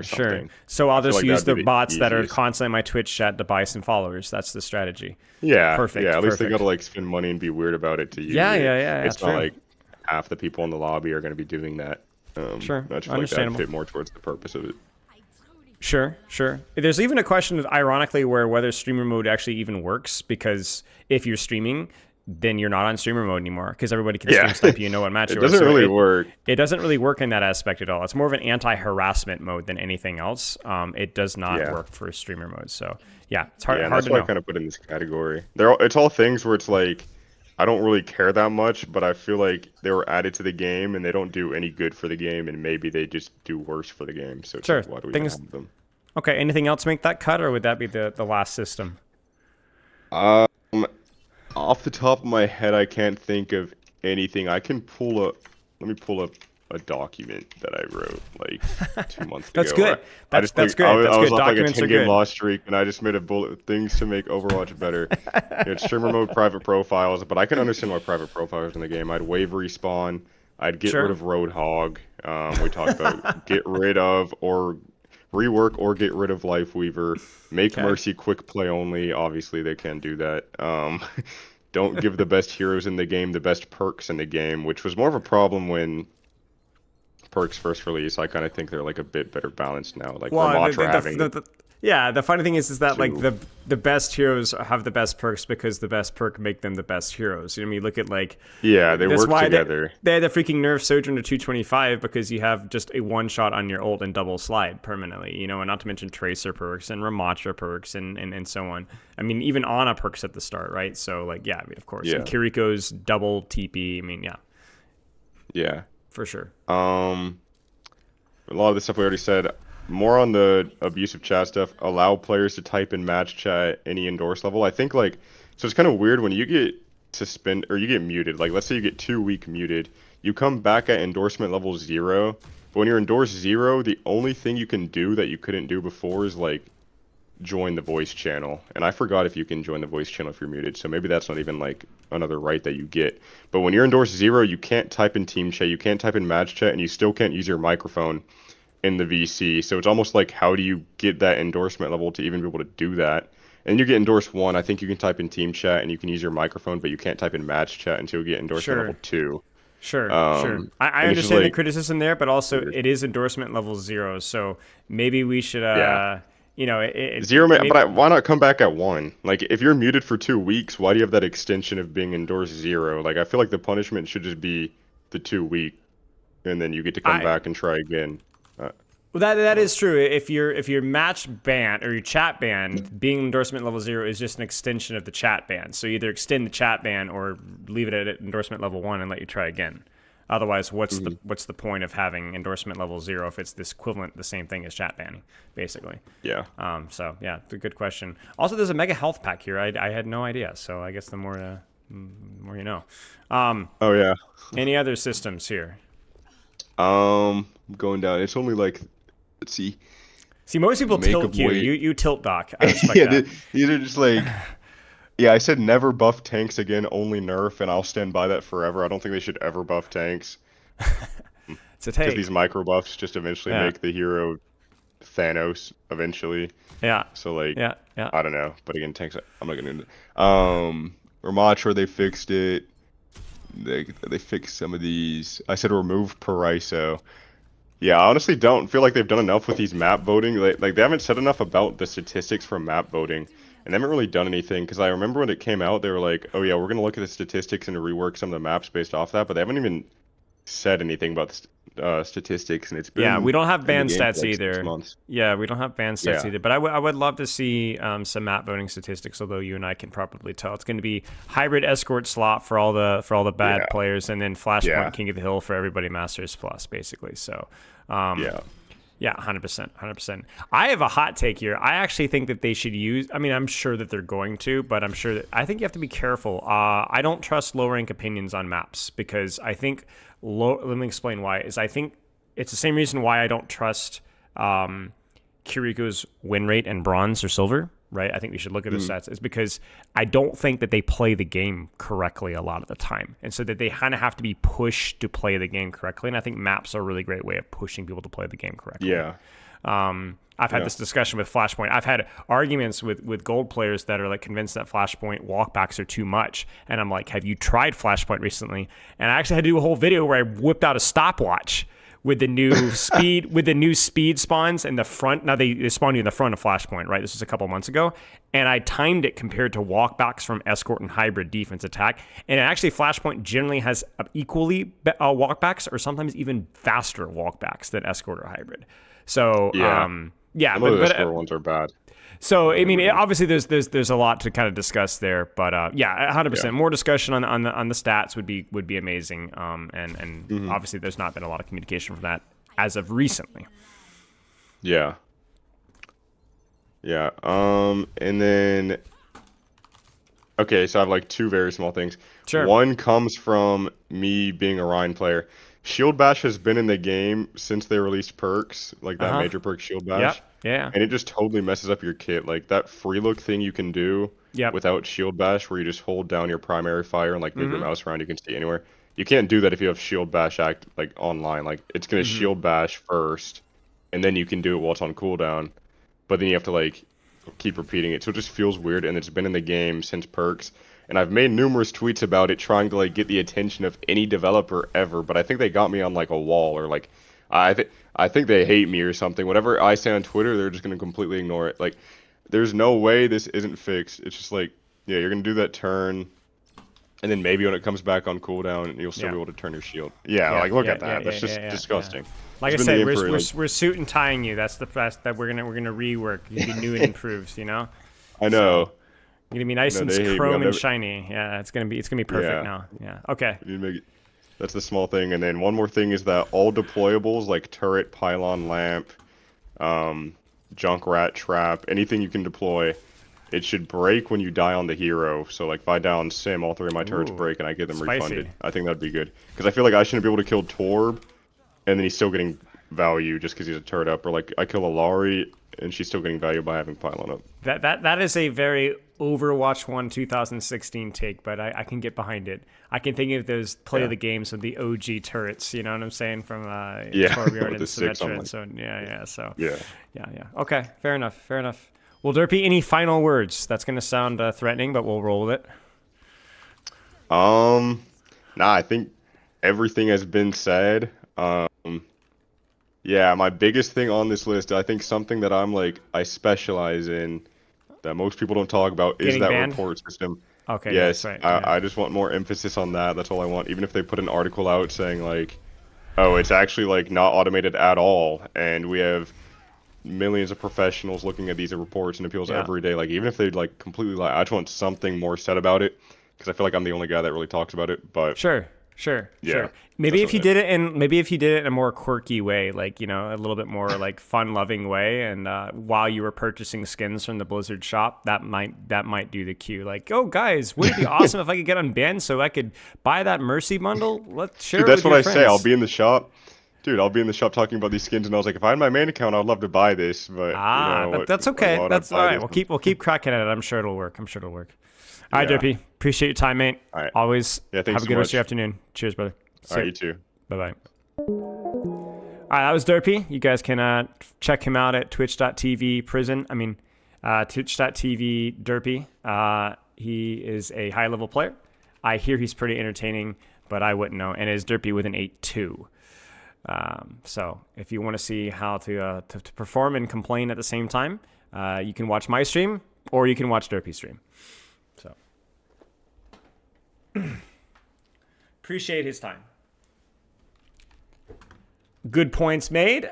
Some good discussion topics there. Anything you guys want to go over before we continue?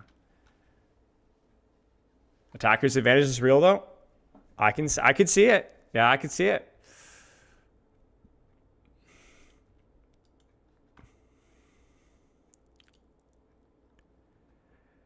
You like his deep voice.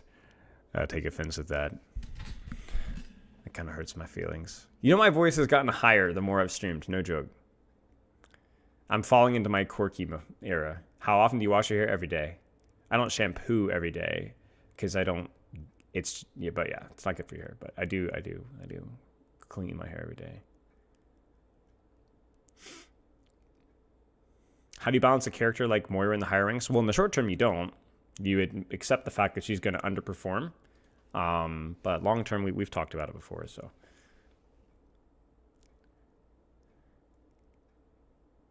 You use your voice all the time? Yes. It's effective for all the roids. Okay. I'm going to go pee-pee. And then, do we dare do the mechanics talk that we've been postponing for like a month and a half, 2 months? Do we do it? Ooh. I think we're going to do it, guys. I think surely the world will not explode before I get back. I've promised it literally like 5 or 6 times, and we keep whiffing it. Surely my computer won't explode in like the next 5 minutes, right, guys? Is that worth doing?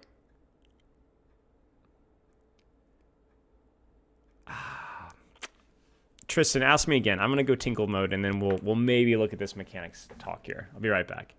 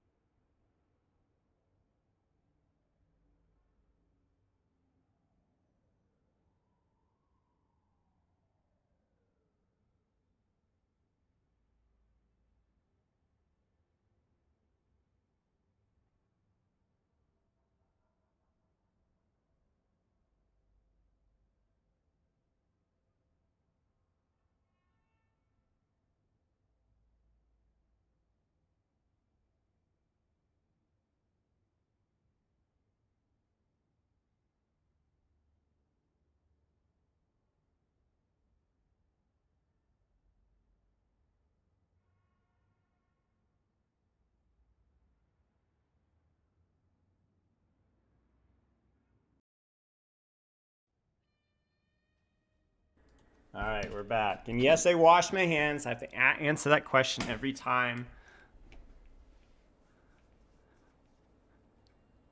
When is the Junkrat Hero Misery? Few weeks. I'm gonna schedule it with Magister and Lukigu next week. So that's the plan. That was too fast with soap. Yes. I didn't have to go that badly. I mean, listen, guys, I'm not getting into the details, okay? It was just more of a preventative bathroom break rather than an actual desperate need. You understand what I'm saying? That's all I'm saying, okay? Your favorite and least favorite books. All right, maybe we'll take a quick side note here.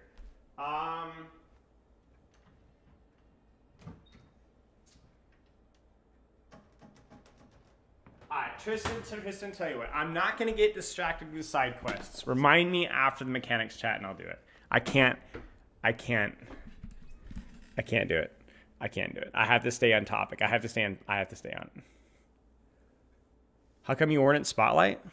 I was at Spotlight. You talking about this, what Spotlight are you guys talking about? February? I was there.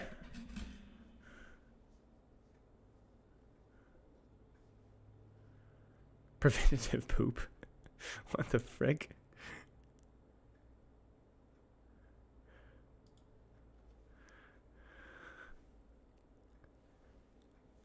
Don't distract me from the mechanics. Have I read Unlimited Power? That sounds like Emperor Palpatine's autobiography. Oh, sorry, nah, I don't care, dude. You're cool. You're cool. Actually, Spotlight is where I had my viewer peak. I reached 1,000 viewers. No raid. I don't know if I'll hit that again, but it was cool at the time. I have not watched Chainsaw Man. No.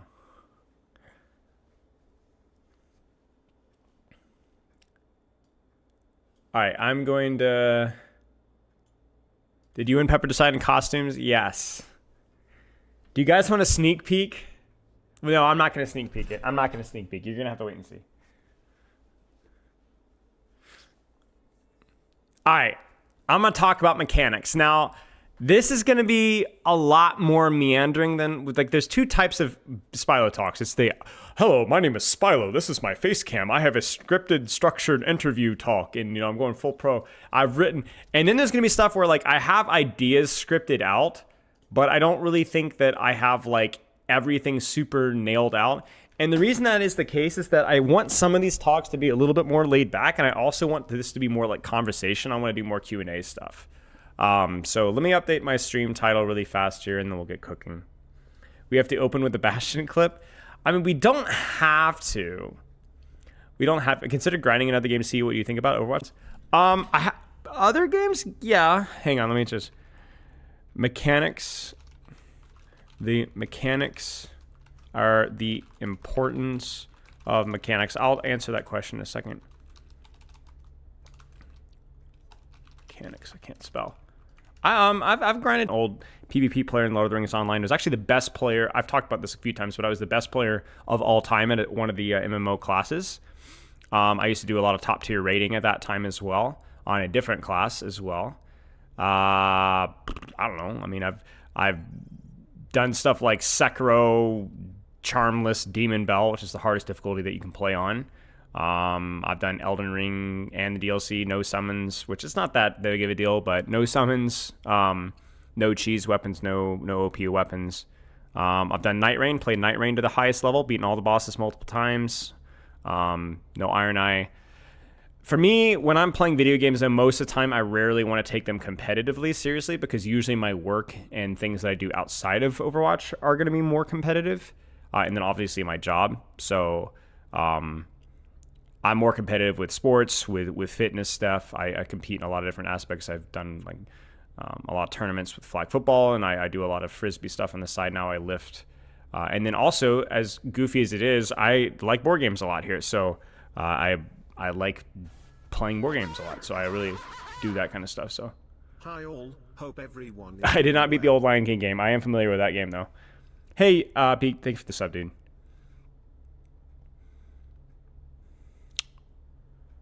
So, favorite board game is Spirit Island, baby. Spirit Island. And for those of you that know Spirit Island, you guys might catch this reference. Pepper and I beat the one of the adversaries on the hardest difficulty for the first time yesterday. Hardest difficulty, which was a big, definitely ultimate. I like sports. Ultimate's fun because I like hand-eye coordination and jumping a lot, but I prefer flag football. How'd you master being good at video games?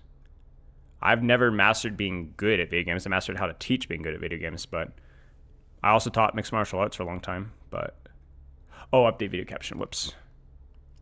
But yeah, I don't prefer to go into PvP games because I need stuff to relax.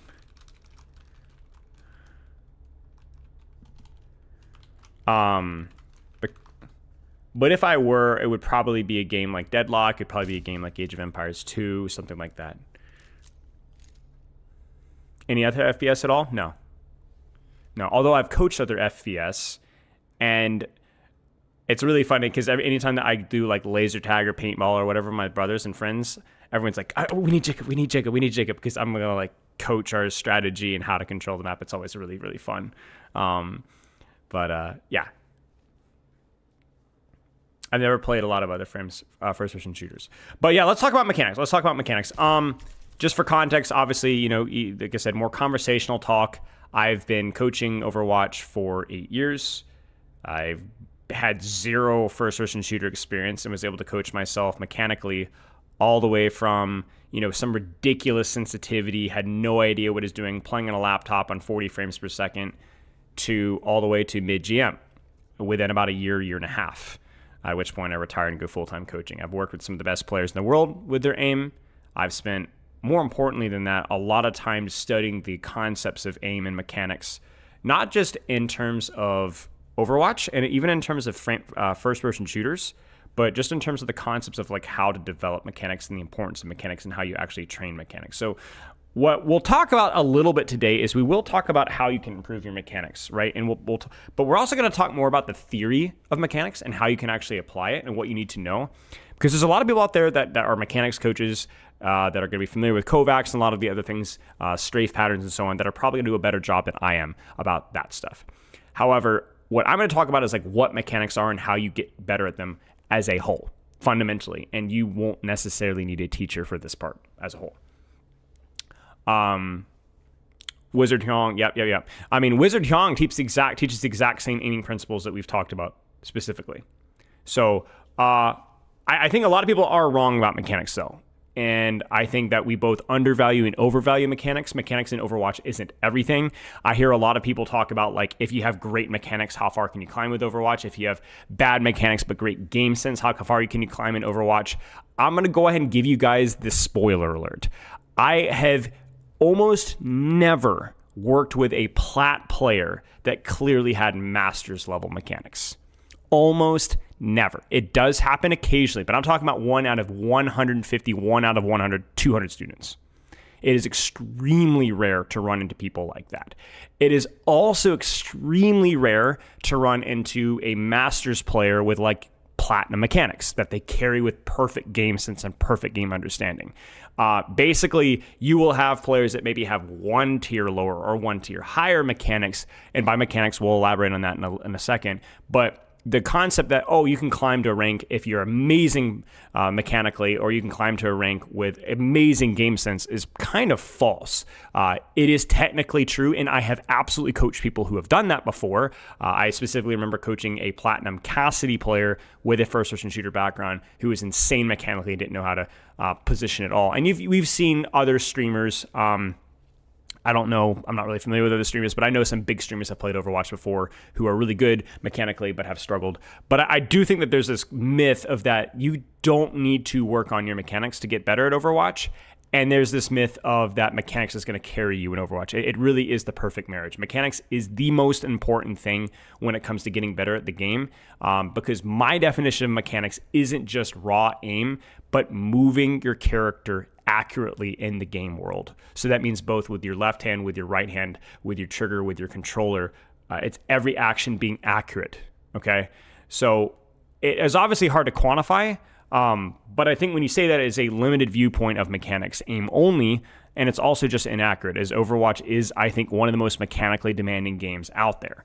What makes Overwatch so mechanically demanding is that so many of the actions of even cooldown usage and positioning are mechanically demanding. Let me give you guys an example. How many times have you guys heard the concept that you don't need mechanics in Overwatch, you just need to play Mercy? Can anybody tell me what the problem with that statement is? Now, I'm not saying that Mercy is a complicated character to play, but what's the problem with that concept? Think about it. It's mechanics.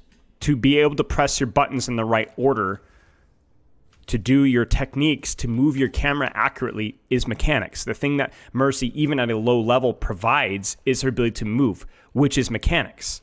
And the problem is that again, if you've ever played an MMO, you know exactly what I'm talking about. My mechanics back in the day when I was the greatest warg player in Lord of the Rings Online, yip skippity doo, was my fingers were incredibly fast. So I got a lot of macro accusations because I was able to button combo at a speed that nobody had ever been able to do before. Now that is a subtle self-compliment, but that is an example of something that is absolutely relevant in Overwatch. Being able to do those combos is not something that we see very often, but being able to move things besides just your crosshair is really challenging and really important. You see, my definition of mechanics is the accuracy and speed of actions being taken. You see, anybody can be accurate if you slow it down. Anybody can be fast if you ignore the accuracy being necessary. But it's not necessarily the quality of the decision, it's just how good of a decision and how fast that decision was being made. Movement, aim, using cooldowns exactly where you intended to use them is important. You dash into a wall, that's mechanics. If you accidentally cancel your deflect, that's the mechanics. If you mess up your wall climb, that's the mechanics. If you bump into a wall, that's mechanics. If you didn't strafe correctly, that's mechanics. If you misread the enemy's movement pattern, that's mechanics. If you misaimed your crosshair, that's mechanics. If you went for a 180 and ran out of space, that's mechanics. If you Dragon Blade but lost the target on your screen, that's mechanics. And so this is why when we say mechanics are so important, this is what we're referring to. It's everything, accuracy and speed and putting it in the right spot. And see, this is where Overwatch is unique, because when people say that Overwatch is incredibly hard to aim, or with Overwatch you don't necessarily need perfect aim, they're saying they're both technically correct, but they're both technically wrong, because Overwatch has mechanics with more aspects than just aim. And this is where it's unique. Not in its own land. I'm not saying it's the only game, but it is unique in comparison to some other shooters. It's fast-paced, heavily kit-reliant, and many of those kits require unique mechanics. A good example of this is Ana, where you have a unique sleep dart mechanic, a unique nade mechanic, which functions completely different than your weapon, scoped hit scan, unscoped hit scan, and then even aiming your nano and making sure it hits the right target. A lot of these kits demand precision and speed. Winston jump, bubble, primal, tracer blink, recall timing, aim, pulse bomb, even freaking Moira orb. Right click, while not demanding with Moira, does demand a decent level of managing space and at least some level of tracking. You do have to consider things like the timing and placement of fade, even in matchups. It requires split-second reaction time at the highest level if you're going to play Moira relatively well. So you have these decisions that are all technically mechanical and done so in such three-dimensional spaces and almost entirely, not completely, but almost entirely uniquely, that you need to be good mechanically at your character.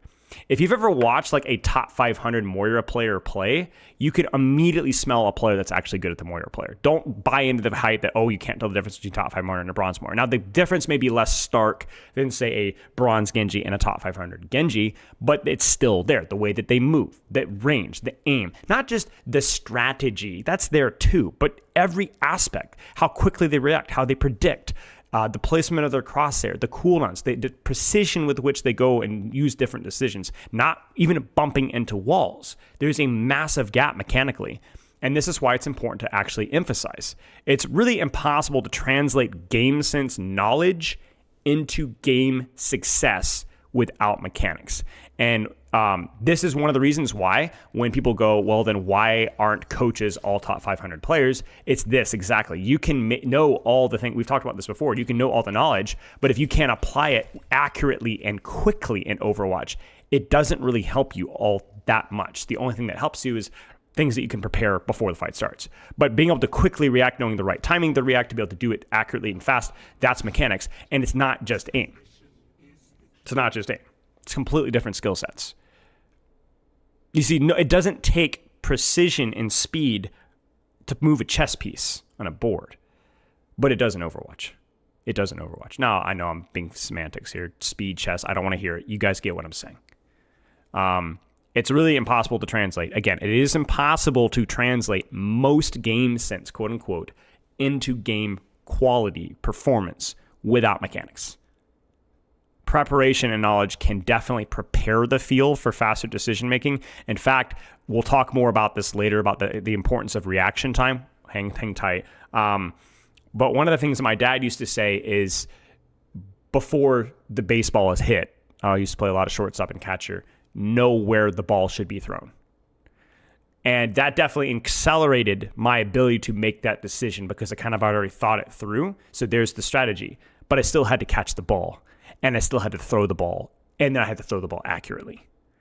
It still requires mechanics to execute that preparation quickly and accurately. Do you see what I'm saying?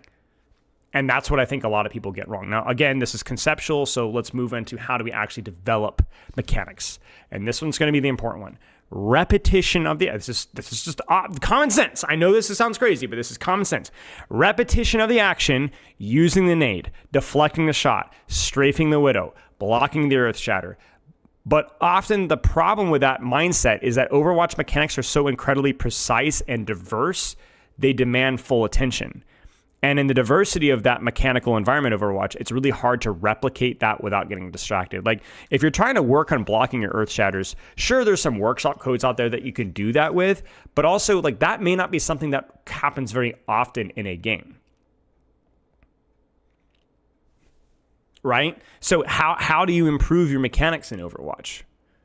How do you do that when those things happen so rarely? How do you gamify your in-game mechanics? By the way, real quick side note here, Kovacs, aim trainers, goal skill game-oriented trainers can be useful, not just for aiming habits, but to simplify the skill repetition.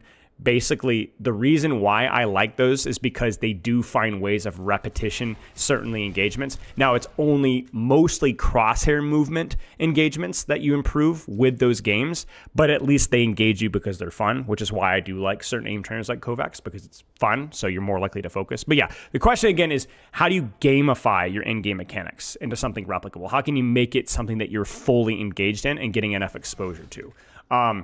You guys ready for this? Here it is. Listen carefully. Here's Genji. Go into a game with Genji. This is going to be crazy.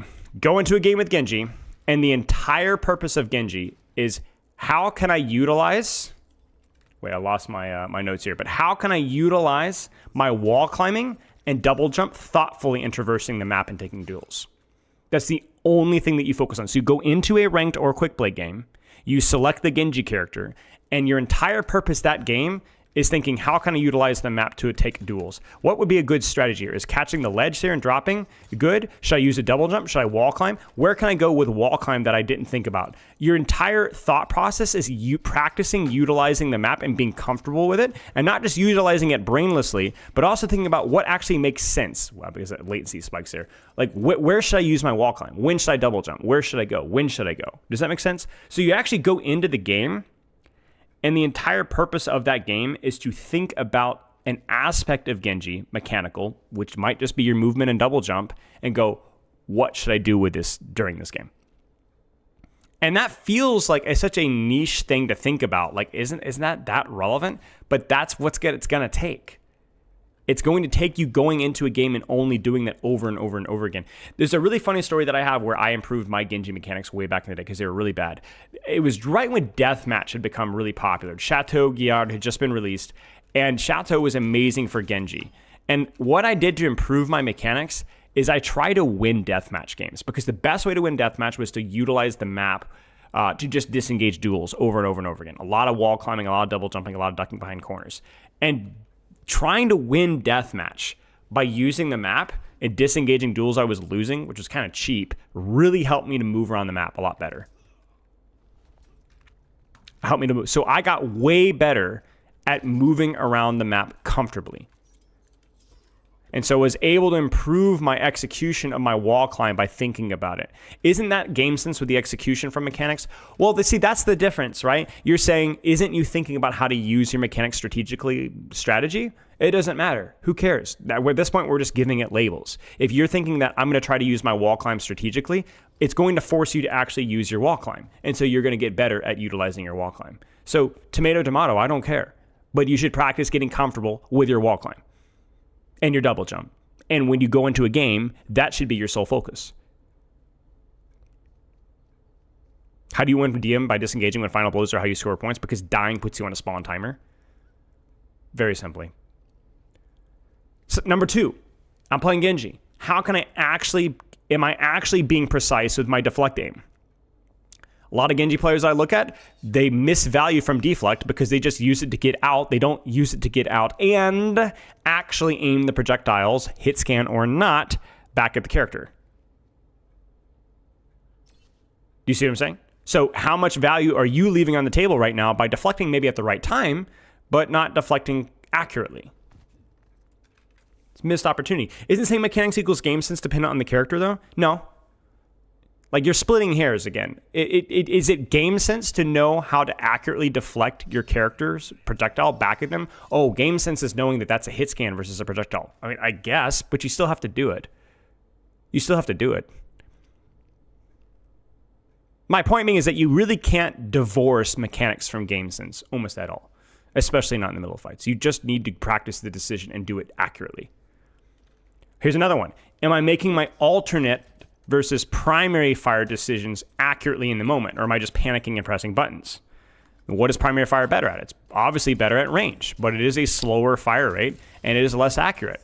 Whereas alternate fire is much higher DPS in those close ranges. Are you doing that consistently? Are you making the right decision?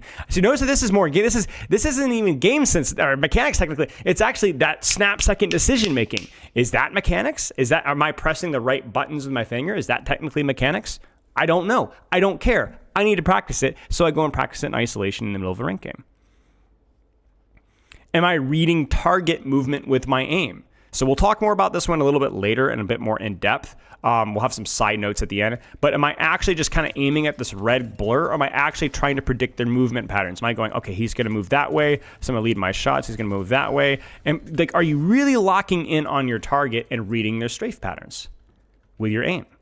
Is my crosshair level consistently despite the level changes? In other words, I'm wall climbing a lot. Is my crosshair dragging here when they're underneath me? Can I try to predict where their head's going to be? Am I turning corners with my crosshair on the floor? This is a really common low rank problem, right? They tend to kind of leave their crosshair on the floor and have to pull it up, which makes their flick a lot harder. Is your crosshair consistently at head height? Am I keeping my shots patient and deliberate? Even under pressure, am I just holding down the button? Are you selectively tapping? Am I panicking during my dragon blades? Instead of selectively choosing one target, okay, finish him off. Okay. Oh. Awkward and slow, but accurate. And I develop the speed the more that I do it.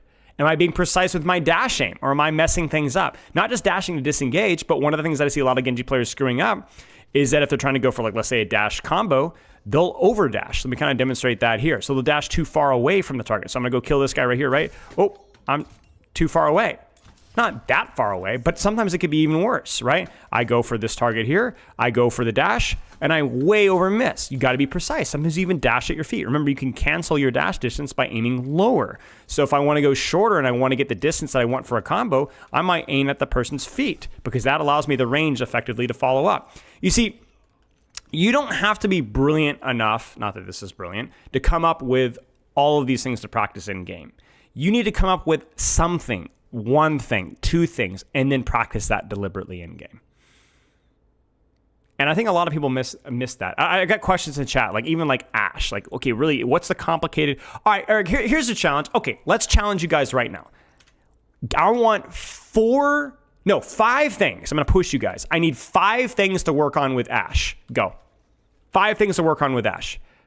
Too easy, right? Simple. This character doesn't have that many 5 things. There are at least 5 things to do with Ash. Come on, give me 5 things.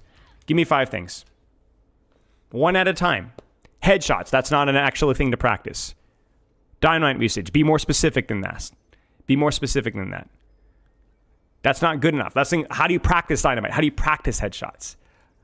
Hitting your dynamite. How do you practice hitting your dynamite? You see, I'm trying to pull the real answer here.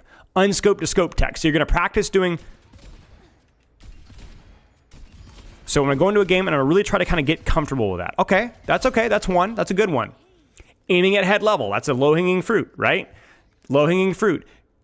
Slowly, carefully shooting dynamite in the air. That's fine. Sure. Repositioning accurately with my coach gun. I mean, coach gun, sure. Like, I mean, it sounds dumb, but coach gun is a little bit of an awkward mobility cooldown. Sure. When to shoot your dynamite after throwing it, right? Because there's an arc. You guys know this, right? Right? I missed that one. Okay, I'm using the perk, but I almost missed that one if I'd use my primary fire. Practicing my strafe between shots. Sure. So we've got unscope to scope, headshot aiming, dynamite in the air, unscope to scope. We already talked about that. ADS. Here's another silly one. How many of you guys have messed up your bot placement slightly? I mean, we're talking about the most consistent DPS in the game, and you clunked it on the payload. Coach gun rotations. You know? Like, I want to get it there, okay? Ay. Okay, got lucky in the slide there, but you see what I'm saying? It's the same thing, right? So there you go. I'm going to make sure I'm aiming at head height. I'm taking my time with my shots. I'm being precise with reading Dynamite's arc. You see that? Because it crosses your crosshair. I don't think a lot of people realize that. They panic, right? Here's another question. What about if you're dynamiting at greater distances? So you might have to aim up and then pull your crosshair down where you want the dynamite to be. Now, I'm assuming you're not running the perk here, but you see this, right? I missed it. I missed the time. So I need to go and practice that, right? That's kind of my point, though. That is absolutely something that you could work on here. And this is Ash. This is Ash. This is the, like, I will agree with the chatter there that it is one of the simpler characters with working on these things. And you could absolutely go into a game and really just fixate on one of these skills and get the reps in. Heck, also gives you something to work on if you're going into these VAC stuff training codes. Gives you something to work on. You know? A lot of people I know are very panicky with their primary fire. A lot of people I know miss their dynamites. And a lot of people I know mess up their coach guns or mess up their dynamites. A lot of people I know let their crosshair drag in. A lot of people I know the Ash combos of unscoped into scope. But they don't know when to use it or why to use it. You know?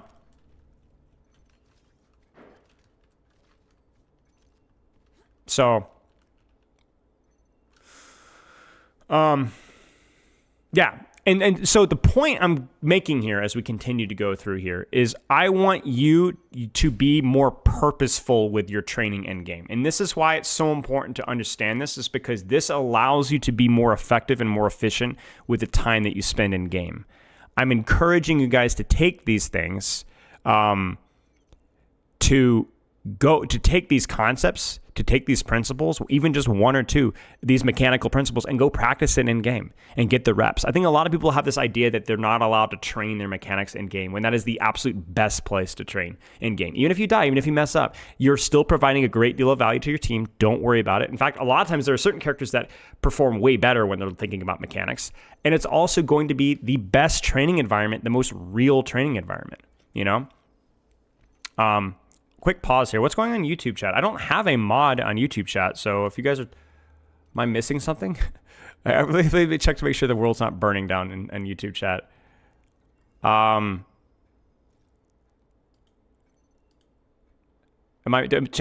am I missing something? Is there somebody being toxic or anything? I don't see anything. I don't have a mod in YouTube chat. I mean, I can mod you, but...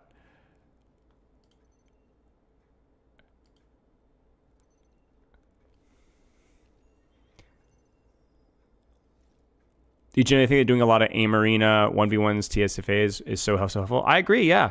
You know why doing 1v1s? Rio, why is doing 1v1s so helpful for mechanics?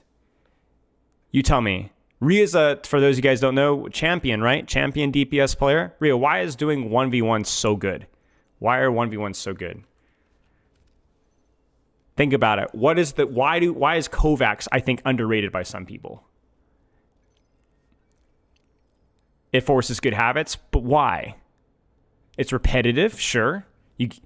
It's real players. Here's another one. You guys ready for this one? It's fun. It's fun. It's real, and it's fun. It's just fun. And when you're having fun, you're engaged with what you're doing. And when you're engaged with what you're doing, you're provoking change in what you're doing. That's why there's literal bronze players that have more hours in the game than you guys do, you know? But they just They just don't play with intention. They don't play intently to address their things. Mechanics is a component of your time. It is a reflection of your time, but it's a reflection of your time under duress training. So you need the repetition, you need the stress, but you also, it needs to be fun too. And so when you're training your mechanics in game, whether it is 1v1 arena or Kovacs, it needs to be something that you're actively engaged in. It needs to be satisfying. And if it's not, you're not going to get better mechanics. There's nothing wrong with you. It just, this is the fun part of first-person shooters. You know? The key goal here is to focus deliberately at these mechanics, even at the expense of quote-unquote game sense, okay? Consistently to better automate these systems, right? Because you need to automate these systems. You need to be able to do these things. The point is, we're not trying to make you to think more just so you permanently think more. It's so that you think more so that you think less, because those things you start to do automatically.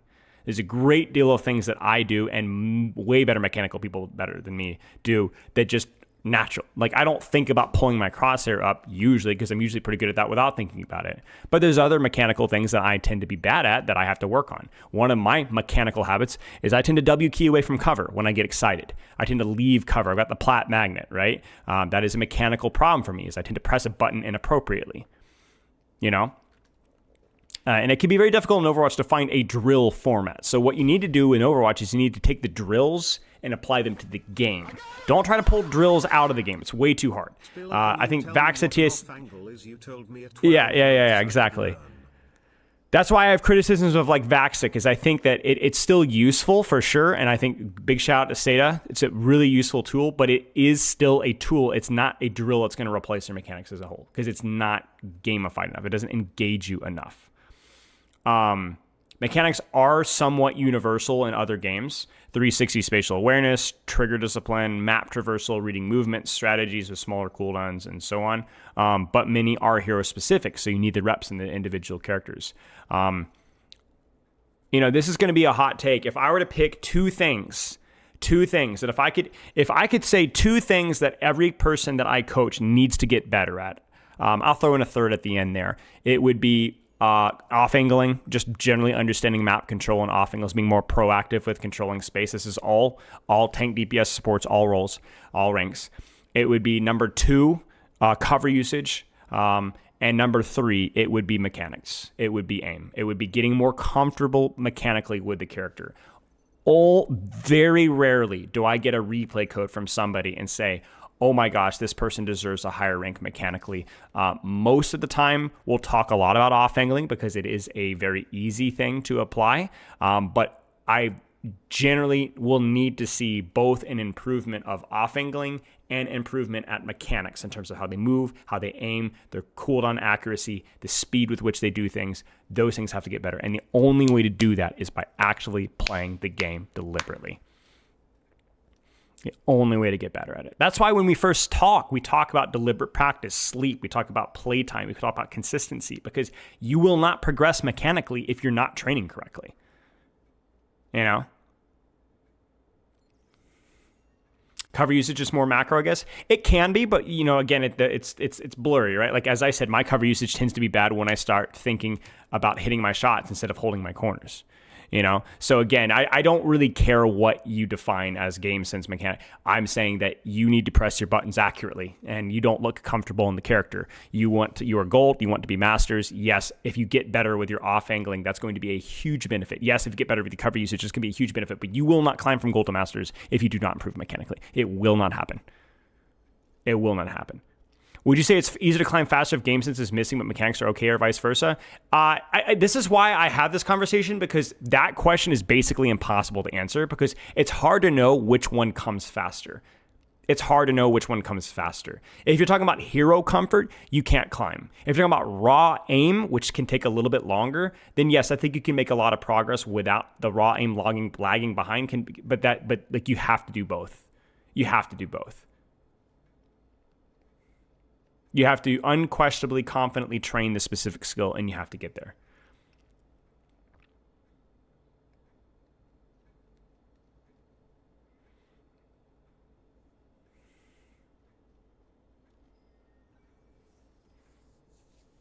And the reason why I'm emphasizing this is because I think that you need to do one of two things. You need to either prioritize your training schedule such that you're playing with intention constantly. If you're aiming for a high rank, that is, you need to improve your training quality so that your mechanics as a side benefit will get better. For example, when I first started to really climb in Overwatch, I didn't really think about mechanical things in game as much. I focused more on cooldown usage and positioning, but I played a ton of deathmatch and I played every day. So my mechanics naturally got better. Alternatively, you need to actually be training mechanical habits in game. I've done the same thing. For me, I used to spam jump a lot. I had really bad crosshair placement. Those are two things that I had to train deliberately to get better. But you do need to be training. If you want to climb up in Overwatch, you need to be training mechanical things in game. Crosshair placement, trigger we remember the Ash list? Those things are worth training in game. And I don't think that there is a single character in Overwatch that can avoid training mechanics. Now, you may differ your terms. Maybe my Mercy movement mechanics, you think, well, that's not what I mean by mechanics. Okay, that's fine, but you need to be comfortable with Mercy movement if you want to climb the Diamond or Masters. Well, Winston, it's more about game sense. Well, but you need to bubble dance accurately if you want to get better at Winston and get the Diamond Masters. It's going to have to happen. You cannot climb to Masters with Winston if you cannot bubble dance. You don't have to be amazing at it, but you have to be competent at it. It's not possible. Well, I like Symmetra because, she's more you have to be able to aim your orbs and put your TP, be quick with your teleports. You can't climb to Masters with Symmetra without that. It's just not possible. Well, I really like, if you can't hit your whip shots, you're cooked. Now, all of those are different mechanics. Some of them are less aim reliant. Some of them are more aim reliant. Some of them are timing focused or getting the order correct, but they're all important. I agree and disagree, Rhea. I think that saying that some things get better without purposefully training them, as I said, if your training schedule is consistent and you're training with focus, with intent, consistently every day, I agree that a lot of things will just naturally get better. I 100% agree. The analogy I'm going to go is a lot of speed coaches, sprint coaches, track coaches. Most people, if they run fast 2 or 3 times a week, their form is naturally going to get better with very little coaching. They just have to run as fast as they can 2 or 3 times a week, and their form will get better. And I think aim is very similar to that. However, there are always going to be certain tendencies and or bad habits that you will benefit from training out. That's where coaching can be beneficial for sure. But those are the things like crosshair placement, jump spamming. I disagree with trigger discipline. There are a lot of students that I've worked with that have benefited immensely from training that out because it was a consequence of them not thinking about their clip. Now, does that mean that trigger discipline cannot get better without deliberately training? I don't think that's true, but I do think that there are bad habits that can be trained out. And again, using that sprinting speed track analogy, there are some people that will benefit from having coaches that make small tweaks to their form and then have them deliberately train that over and over again. So let's put it this way. If you're scared right now because you're like, oh, dude, I have all these bad habits and I don't even know what they are, don't be scared. Don't be scared. Just go in there and deliberately train your angles. Go in there and deliberately train your crosshair placement. Go in there and deliberately train aiming each and every single shot, and you'll be fine. You'll be fine. Can I ask what rank they are? Some of them were diamond. A lot of them were masters.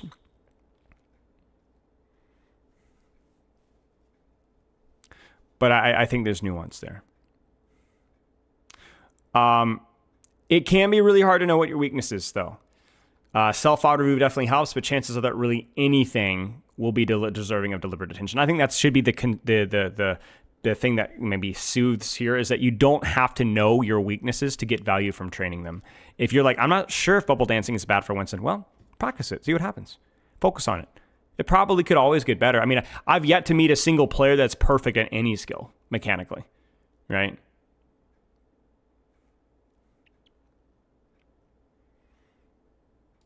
Couple other little side notes here, because I love this topic. I've done a lot of research into it. Just on the reaction time. So these are just going to be more anecdotes and less correlated exactly. Reaction time, from what I have read, maybe there's going to be new information coming out, but is that reaction time in professional baseball players was actually not really that different from the average person. It's more about having the systems that they can process information faster, but reaction speed was actually the same. So if you're concerned about your reaction time, unless you have a very bad reaction time, which, you know, we can objectively train that, it doesn't really have that big of an impact. It's more about training your reflex to know what to do when confronted with that situation, which comes with deliberate repetition. Because you autopilot, you stack those skills together. Essentially, you sandwich skills together, so you're skipping steps. High-level players, high-level aimers in Overwatch don't necessarily have faster reflexes. They just skip steps. They don't second-guess themselves. They know how to approach the situation mechanically because they've done it a million times. That's the value. And now the reflex means how fast can that process start, but ultimately that's significantly, like if we're talking about a MS, right? It might take you 500 MS to react to something and then 200 MS to respond. But if you're a really good player, it might take you 200 MS to react to something. And even if your reaction speed's 300, like you're really slow, you're still faster. You're still faster. Just having systems that are better at shaving downtime off. Basically parallel decision-making, recognition, and so on. One other thing we'll talk about today, which we didn't go into a lot. One of the most important things that you can do for your mechanics, and I recommend doing this especially during aim training or warm-up. I wouldn't say you necessarily have to do this in-game, but you can, is to really, really focus, and this is going to sound stupid, look at the hitbox of the person you're tracking. Don't worry about your crosshair. Don't worry about your movement. Just look at the person's eye. Focus on a specific detail on their head. So even if your eyesight's not that good, I'm looking right on that. Where's that little I'm going to looking right at their, you just keep your eyes locked in. There's a lot of cases wherein things inside and outside of video games where people that are generally more accurate are often much better at keeping their attention locked in on their target. Keeping their attention locked in on their target and not getting distracted, not kind of letting your eyes blur, not looking at the target, then looking at your crosshair, but looking directly at this. I learned this from a very young age when I used to play a lot of quarterback when I was young, football, American football. And one of the big things that you never want to do is you want to avoid looking at the trajectory of the ball as it's leaving your hand or right after it leaves your hand. You keep your eyes keyed in on your target until the ball is completely left your hand, count to like 1 Mississippi, and then you can look. Because the act of turning your attention, even not even necessarily your eyes, but your brain away from what you're looking at will compromise your accuracy. You must lock in on what you're looking at and trust the stupid hand arm to do what you want it to do. And if it doesn't, take a deep breath, do it again. This freaking applies to mini golf. This stuff applies to bowling. This stuff applies to baseball. This stuff applies to tennis. This stuff applies to real life aiming as well. Now, it doesn't mean that you're going to be in a mirror. See, this is the problem, is when I say stuff like this, people get these expectations of like, oh, I'm going to aim so much better. You may or may not. It's not about what's going to immediately change right now. It's more about this. If you're able to practice like this, like really lock into the target, your aim training is going to be so much more efficient than the average person. So much more efficient because you're giving your brain very clear feedback. This is the amazing part of the human body and brain. It doesn't need you to tell you what to do, for you to tell it what to do. It will do it if you give it the right resources. It will give you the right if you give it the right resources, it'll do its job. It's the only thing you can do wrong is to try to micromanage it and control it.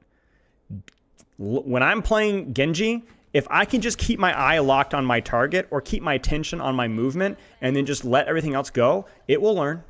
It will learn. And it will learn. And it will get so good at doing it that it'll do it when I'm not even thinking about it in the future.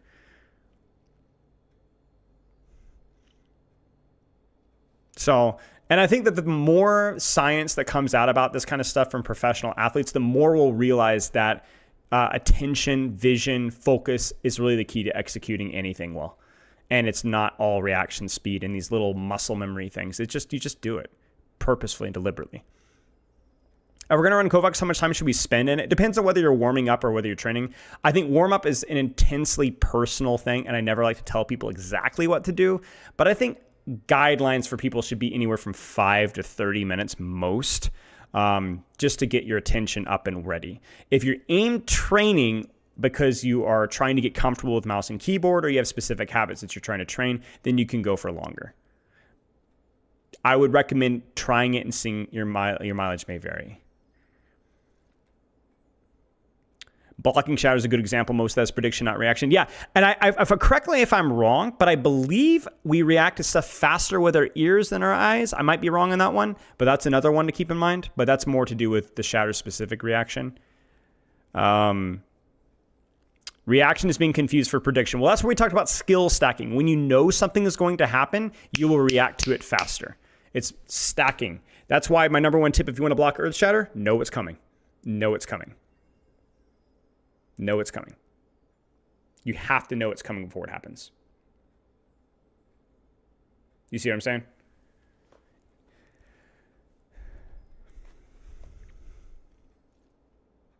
Yeah, game audio could be delayed. Okay, makes sense. So it would be that's unfortunate. So let's close this up before we get into the conjecture with actual concrete recommendations. First off, most importantly, take a very careful look at your peripherals. You should be running at least 60 frames per second on your monitor. If you are playing on PC, you should have at least a 12 by 12 space if you can. Mouse doesn't matter that much.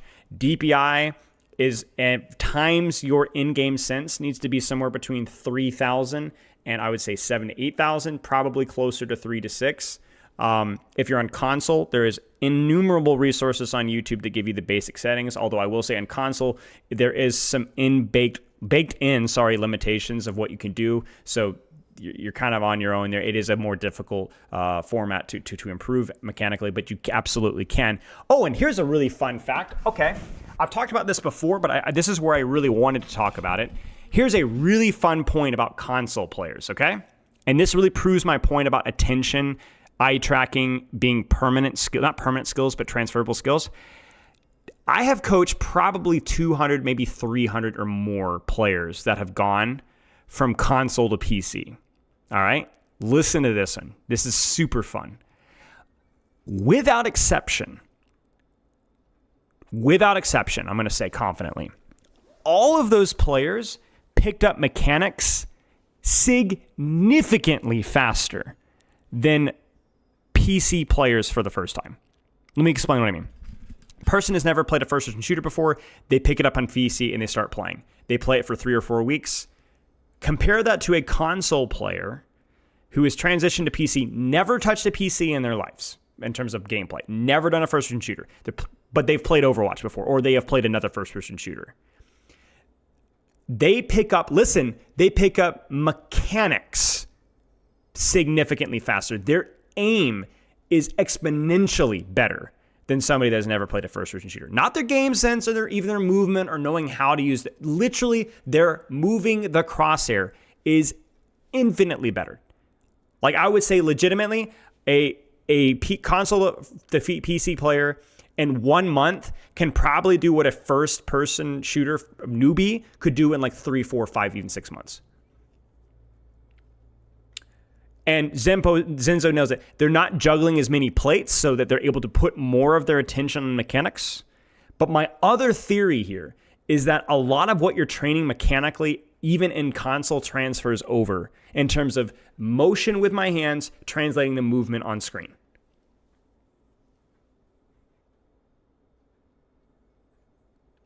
They just learn it faster. I mean, it took me forever to get it. So it's fascinating.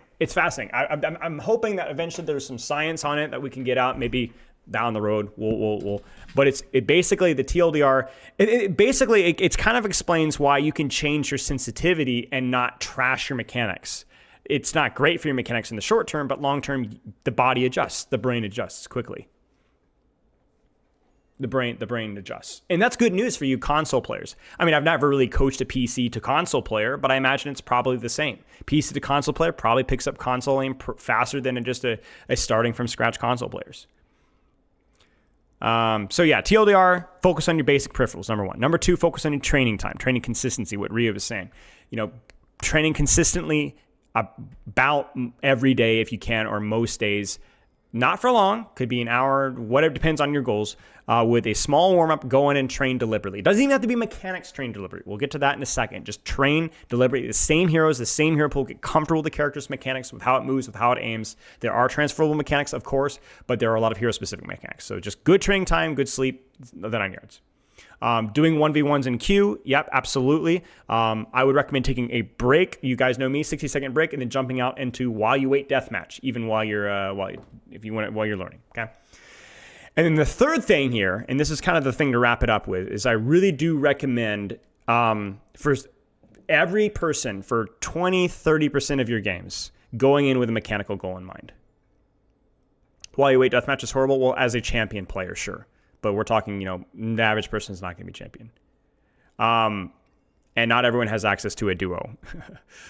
So you're exposing your rank bias here, Rhea, a little bit. Third thing is to practice something mechanical.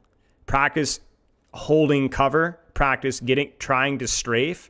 Practice not jump spamming. Practice aiming and slowing down your shots. Practice your dynamite accuracy. Practice your bubble dancing. Practice your Sigma shield, perfect placement, exactly how deep I want it to be. Practice your reading enemy movement patterns. Practice your ultimate accuracy. Practice your virus timing, reading movement patterns. Okay, there.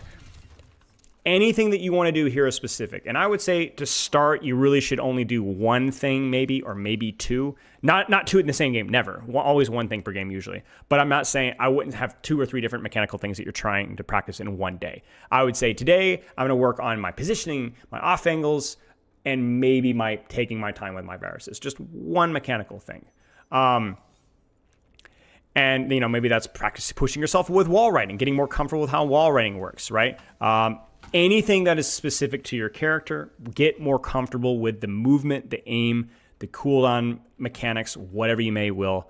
And do that for 1 out of every 4 games, let's just say. Where you go into the game, you're not worried about your game sense, you're not worried about your positioning, or however you want to define those terms. You're only working on the specific skill with that specific character. Just getting comfortable with how the character moves and feels is the best way of thinking about it.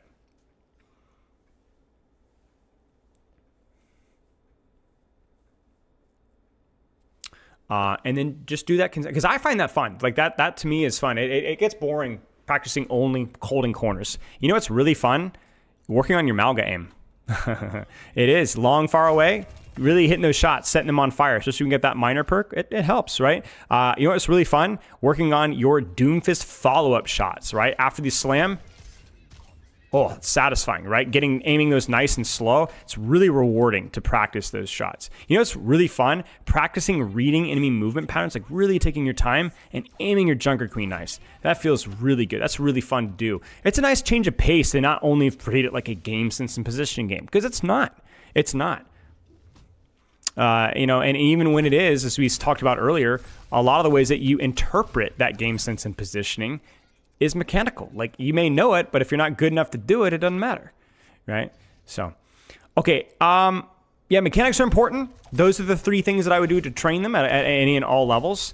If you want to know what you should train individually, what deserves the top of the priority, that's not really that important.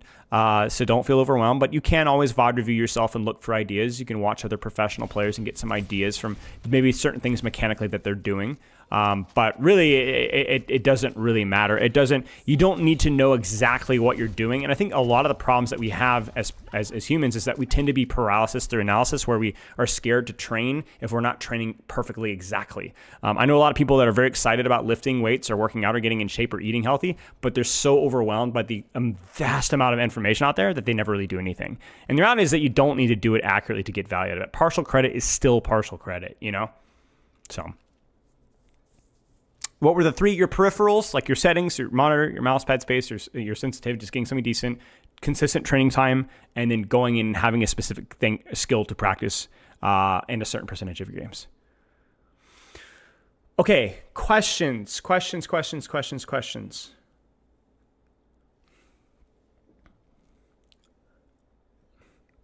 I'm sure there's a few, because we talked about a lot of things. Part of the reason why I wanted to kind of make this a little bit less structured is because I want people that took the time to listen to this 40-minute rant or whatever Just get more comfortable with the idea of mechanics. It helps to demystify some of it. It's just repetition, you know, and it also explains why a lot of time you may have a hard time applying knowledge that you know, because you may be surprised at the number of skills that actually require good mechanics to do. It's not just about strategy. Why is mousepad space important? This is a great question, because this actually applies about one thing that I wanted to talk about, which is the reason why mousepad space is important is it allows you to run a DPI/sensitivity that is generally healthier. We don't have a lot of information out there about what's a good healthy sense. I think the rule is that the more muscles involved, the better. So lower sensitivity is better, which is why bigger mousepad space is better. But one of the reasons why I like lower sensitivities is because the analogy I like to use is the paleontology analogy, where does a paleontologist need a backhoe? Does a paleontologist need a shovel? Or does a paleontologist need a paintbrush? And the answer is all of them. And the higher your sensitivity, you mean you remove those tools.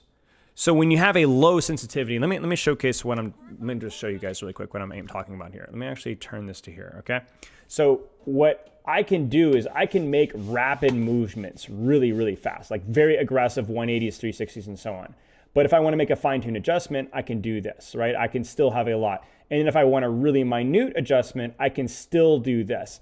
If I don't have a low sensitivity, I can't do that. I only have relatively sweeping, relatively inaccurate things. So at any given point in time, I can make a rapid motion, a medium motion, or a minor motion. And depending on which of those tools I want to use, it just leads to more consistency and more accuracy. Now, what is a good sensitivity is there's a lot of sensitivities. Again, I said anywhere from like 2.5K ADPI all to the 8K. So there's a big window, and your mileage may vary. This is why wrist aiming and arm aiming isn't real. You have to use them all. Yeah, I mean, everybody wrist aims with a good sensitivity. It's just they don't wrist aim for everything. Like if I'm flicking here, this is exclusively wrist, right? If I'm doing this, it's exclusively fingers. If I'm doing this, it's more wrist. If I'm doing this, it's arm. You know what I'm saying? Still seems like a high sense to me. It's actually funny because my sensitivity is 3K EDPI, which is really near the bottom. Thoughts on mindset when executing mechanics hitting shots? A great question. So the reason why confidence is so important when you're practicing mechanics, and let me define confidence as not thinking, taking the action decisively, even if you're not sure of the outcome. That's what I would describe as confidence. Confidence doesn't necessarily need to be an emotion. Confidence doesn't necessarily need to be sureness of the outcome being positive. It's trusting the process and taking the action regardless of the consequences. The reason why that's important is because confidence or lack of confidence is IRL latency, where the action is meant to be taken, there is a hesitation, and then the action happens or the action doesn't happen. So you're literally playing on high latency if you're not confident. Literally.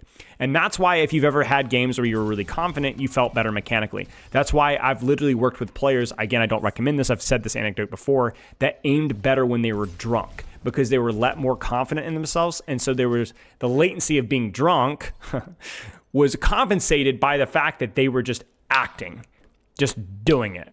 And so they would still miss the shots that they would normally miss if they were going to miss them. But the shots that they would have missed if they were overthinking it, they're actually making now. And so I encourage people when you're practicing, and this is why it's really important to go in with a simple mindset and not to stress as much about the result of the ranked game, because the way that you should be training these mechanics is just, I don't know if it's going to work. I don't know if I'm going to do it right. I'm just going to do it. I'm just going to focus my eyes on that thing and just do it. And that's it. That's all you need to do. And that's just not super easy for some people, but it is attainable. I'm going to encourage you, it is attainable, because I had the exact same problems myself. You just have to, yeah. Does that recommendation apply to all drugs? I mean, that's why things like caffeine work when used appropriately and not abused, because that will actually hinder you, is because it does make you more attentive to things. How to deal with frozen hands? That's a tough question. I don't have an answer for that one. I had that same issue. Cold hands are going to add latency to your actions as well. Clunky mouse is too heavy for me to accurately finger aim. Yep. If I miss any questions, just drop them again. How to go about training mechanics like ult tracking, cooldown tracking without knowing off the top of your head the background numbers. Just repetition. Just do it. Just assume that they have the ultimate and see if you're right.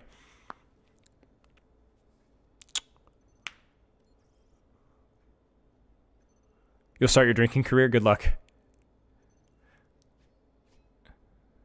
Yeah, some people may respond to caffeine negatively in other ways. My dad is super jittery with caffeine, whereas caffeine for me is a tool that doesn't really get me jittery, but can help me to be a little bit faster, a little bit more focused. But even then, I only really use it about 3 days per week, 2 or 3 days per week.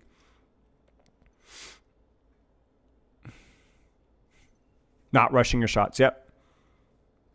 What about state-dependent learning? I'm not sure I understand that topic. That might be above my pay grade.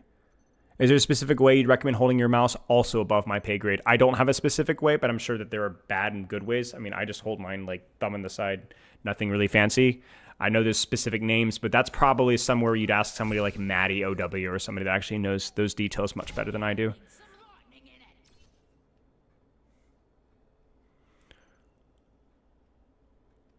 Top 500 with a minor hand movement impairment. Nice.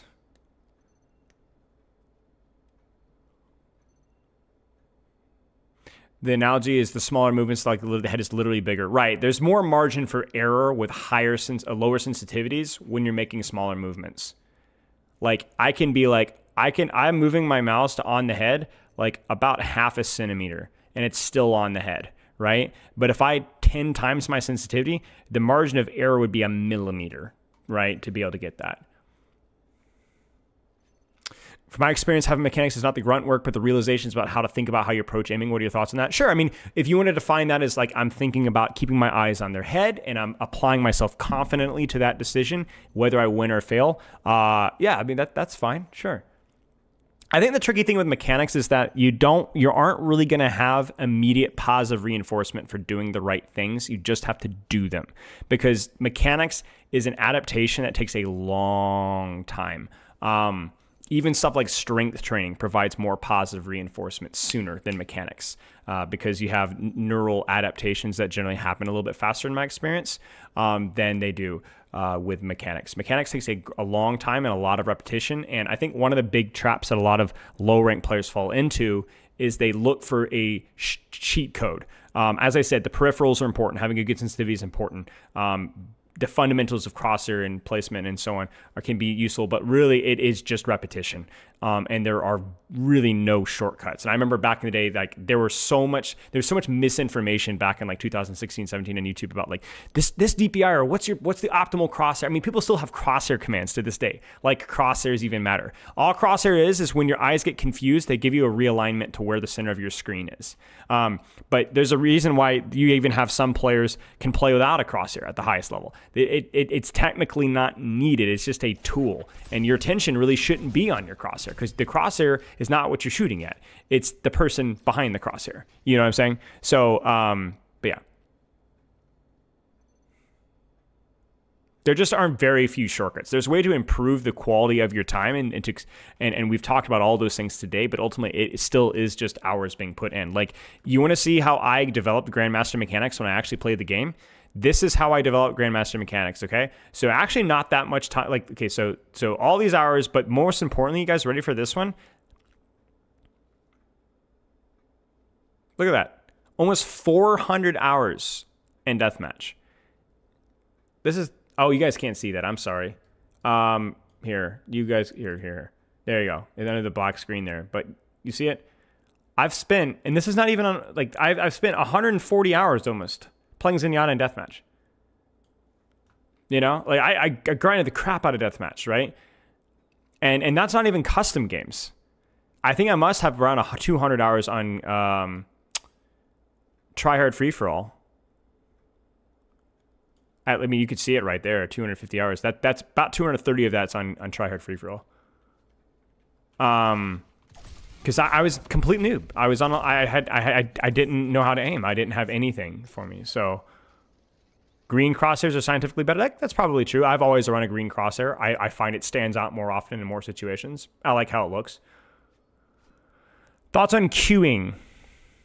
Yes, queuing is exactly is a demonstration of stacking.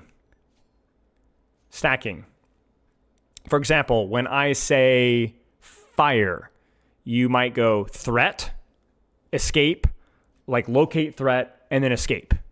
And or what do I need to do? Like that it implies multiple things, right? So when you queue yourself, I do this all the time with sprinting. Anything that is very, very rapid benefits a lot from queuing because it gives you something simple to focus on that implies multiple actions. For me, when I sprint, usually the queue that I use is power during acceleration. And then when I'm at top speed, the queue that really helps me is, it's silly, but I queue myself as smooth. That will help with mechanics as well. If you're being jerky, smooth. Okay, smooth. And your body kind of already knows what that means. Or you might need to train what it means. So queuing, as in CU, is giving yourself a descriptive term that you've trained to describe how you want to remind yourself of what you should be doing. It's more of a reminder. I do this all the time when I'm live coaching. I'll say, where should you be? All right. Or I've actually done this. We've done live coaching before with aim training, and smooth is usually one of the cues that we talk about prior to the game. And I'll say smooth, or I'll say relax, and they take that, process that, and then apply it immediately. And you can do that yourself.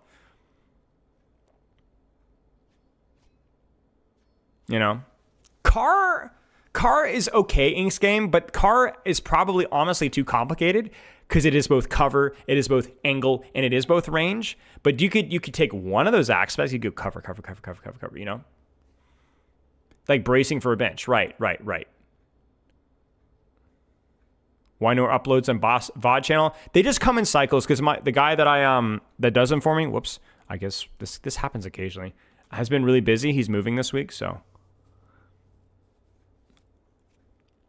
But yeah, like anything that is, ironically, the more complicated the skill, the more important it is to cue yourself for that skill, because you can't think through every single step. You can just kind of be like, so for car, for example, in this game, you could just say, where should it be? Where should it be? Because that kind of forces that's a simple enough, you can kind of, depending on the situation. Yeah, so if you really are looking for new coaching stuff, the playlists are constantly, immediately updated. So like I literally upload the session and playlist it immediately. So you can find the sessions that aren't posted yet. How do you know if your mechanics are a good level or not? I don't think you do, and I don't think you need to know. I think you just train them like you do anything else, and we'll see what happens. I'm not saying it's impossible to know, but it requires generally a coach or somebody that's very qualified. I mean, you can look at your counterparts if you want to look at in the VOD review. You can look at the enemy Cassidy or the enemy Genji and see, but it can be very hard to be fully objective about that. I mean, even myself, I don't really know if I look at my characters right now, the ones that I've played most recently, I don't know if my Venture is like mechanically strong in relation to my rank with Venture. I don't know. I'd have to sit there and look at it more in like a VOD review and study it. I'm not self-aware enough because I haven't studied my VOD reviews recently.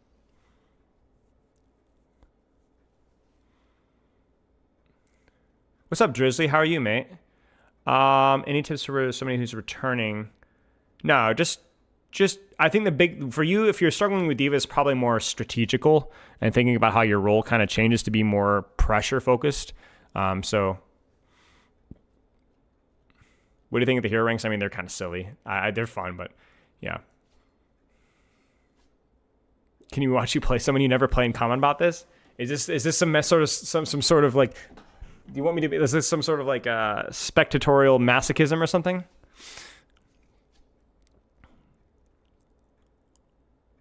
What are your thoughts on avoiding mechanically demanding characters so that you have less to think about and improve on?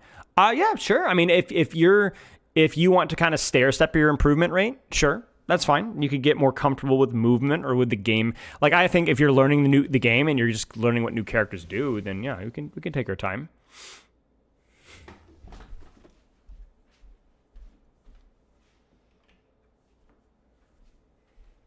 That was definitely a challenge for me with Freya because I had taken a long time off from playing the game. I'd been very busy. And so when I came back with Freya, there was both a learning new character curve and I need to get my aim back in shape curve.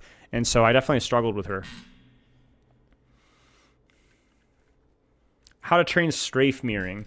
Well, you go into a game and you put your entire emphasis on your movement patterns, not just strafe mirroring. But I'm going to use my strafing when I am focusing on devoting their damage and focus more on hitting my shots when I'm hitting shots on them. Okay, this is going to be a hot take.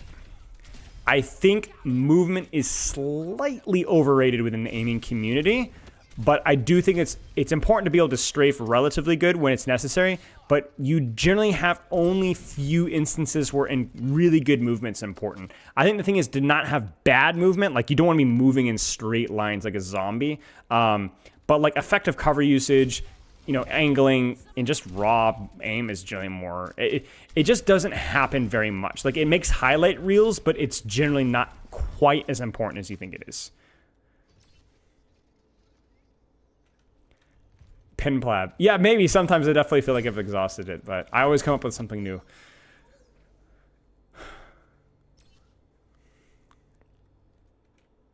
How do you think your diet might realistically affect your mechanics? In the short term, very little.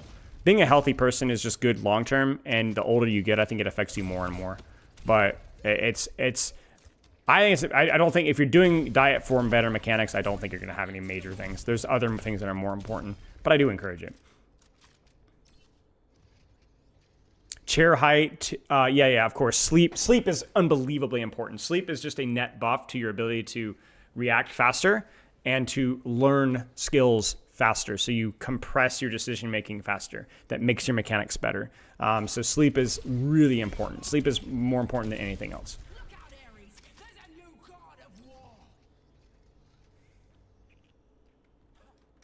Yeah, instant acceleration in Overwatch. Mm-hmm.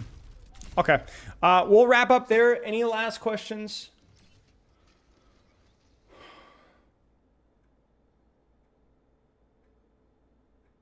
Sleep well, Pyro Squad.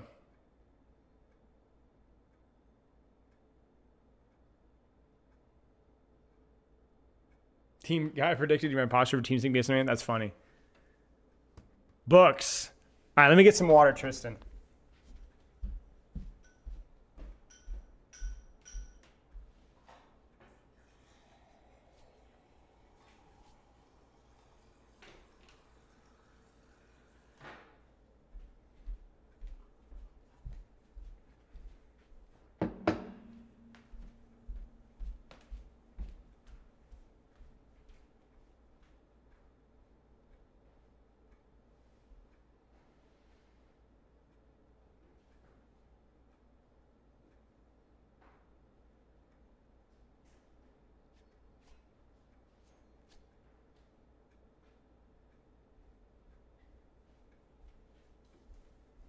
Man, you really gonna make me haul all this stuff out? Let's see here.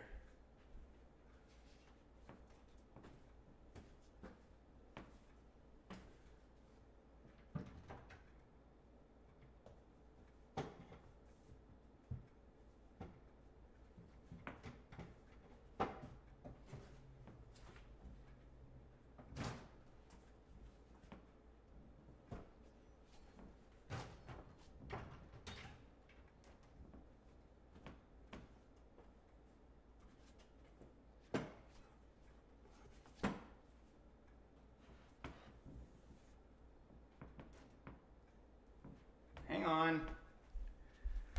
Oh! Hang on.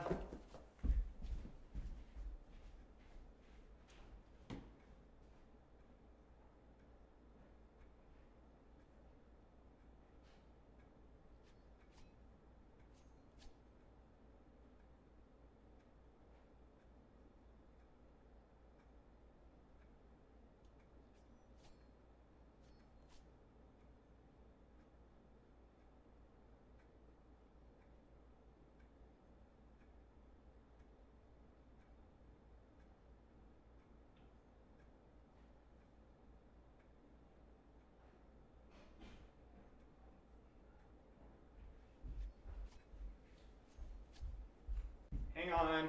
I can't believe you're doing it. Hang on. I'm almost done.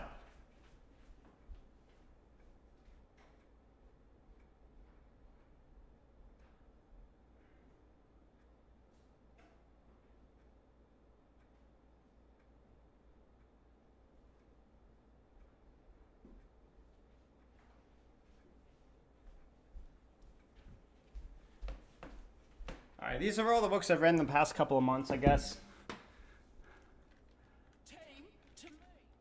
All right, we'll speed run this. Just warning, is a large diversity. I generally kind of have the cadence about one workbook every 3 or 4 weeks because it gives me time to think it through, take some notes, and rather than just kind of brainlessly like. I found like when I was doing coaching, leadership, psychology, with fill in the blank books at a faster cadence, I just wasn't really internalizing the information. It was just kind of going in one ear out the other, and I just found it wasn't effective. So I went at a slower cadence and just read more fiction and read more fun stuff, and I find I actually internalize this stuff a little bit better, and so on. So we'll start off with a professional, important one that I highly recommend. The Complete Life and Times of Scrooge McDuck, Volume 1, followed by Deep Work by Cal Newport. Highly, highly recommend this one. One of the best books I think I've read with work psychology. As you can see, it's absolutely bristling with tabs. I'm going to have to go through and take all my notes on this one. We'll do that at a later point in time. Walt Disney biography. It's from the 70s. It's really good. Very good. I love older books like this. They just smell good. But also the biography he's a very fascinating guy. Really cool. Interesting man. A lot to learn from. The old Jungle Books, Rudyard Kipling. I remember reading this as a kid. I couldn't remember if they were decent or not. They're okay. They're decent. The side jungle stories I did not enjoy as much, but the original stories are pretty fun, pretty interesting, and definitely different than the movie. There's a C.S. Lewis fantasy trilogy called Perelandra and Out of the Silent Planet. I read 2 out of the 3, and I just don't think... I think C.S. Lewis is an amazing writer. I just didn't find the series that interesting, so I kind of bailed after the second book because I value my time. Tuck Everlasting, I'd never read it before. Somehow somebody gave it to us at like a thrift bookstore, and I was like, okay.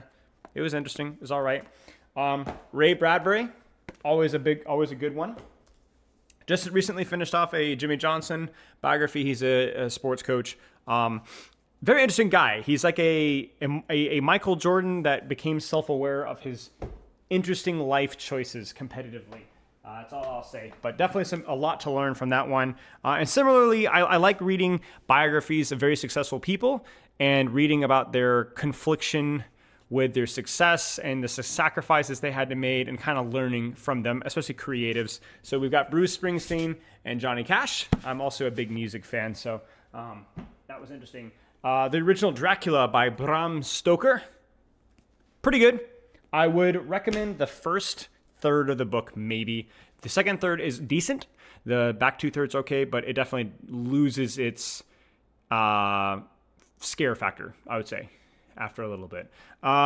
Lev Grossman, The Bright Sword. I'm also a sucker for fantasy. And I had this one to be recommended, and it was pretty middling. It had immense potential. There were moments of it that were really good. There were moments of it that were really bad. So, unlucky. Have I read 12 Angry Men? I didn't know it was a book, but no, I have not. Exercise by Daniel Lieberman. Very interesting book. One of those adjacent topics that I always study in. I always take this kind of stuff and apply it to my life and my coaching and so on, and obviously a lot of notes in that. Very interesting. It's a play. Interesting. Thrawn. I don't really do Star Wars media, but one of my buddies, in fact, one of my Discord mods, bought this for me very generously. And I don't like Star Wars books really much at all. I find them to be more childish than I would like. Somehow in my brain, I'm like, I don't know. I don't know what I expect. But this one was okay. This one was probably one of the better ones that I've read before. So, The Yearling by Marjorie Rowling. It's an old Florida book that I read as a kid. It's a classic. You probably read this in middle school 30 years ago kind of a thing. And I actually was surprised at how much I enjoyed it the second time through. I grew up in Florida. I actually lived for many years.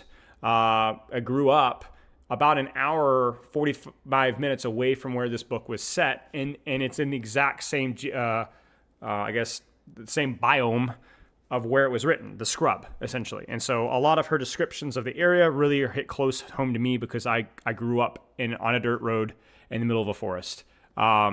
And so I like it. I think the book was great. I was literally swimming with the gators. We had gators everywhere. So I was the original Florida man.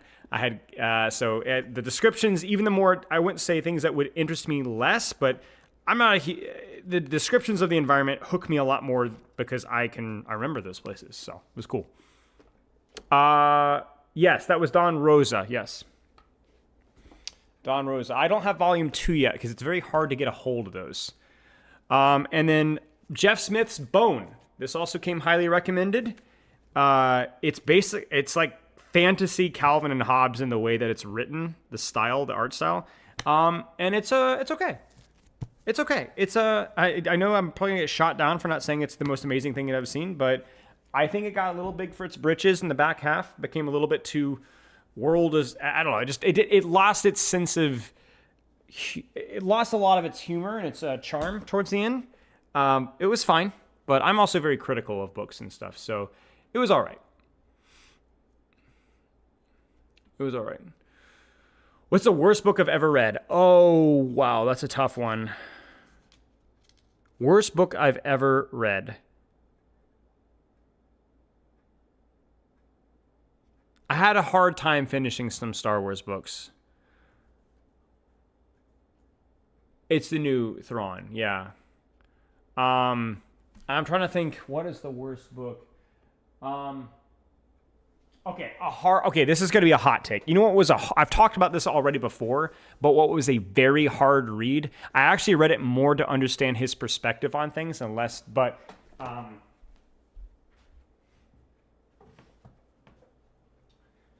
again, understanding his perspective on things, I think that there's a lot of truth in this book, but there is a lot of really gross BS and stuff that is really silly.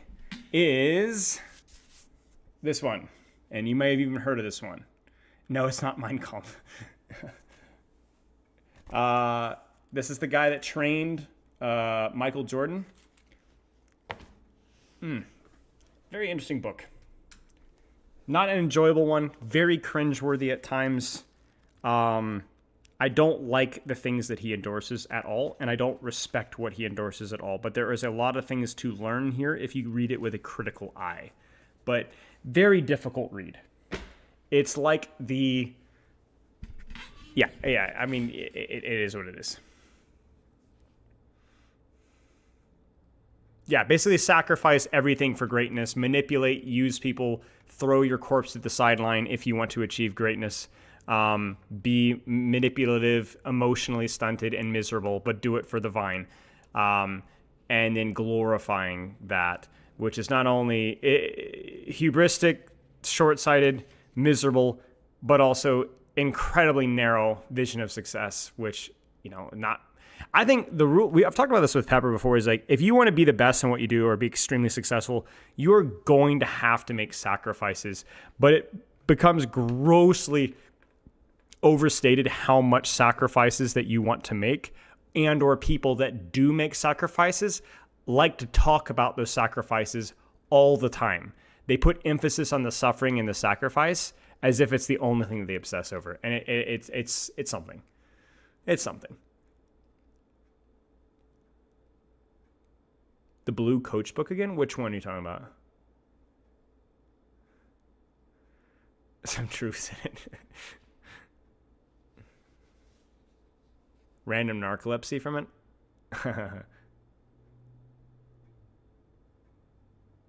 I have not read Crime and Punishment, no.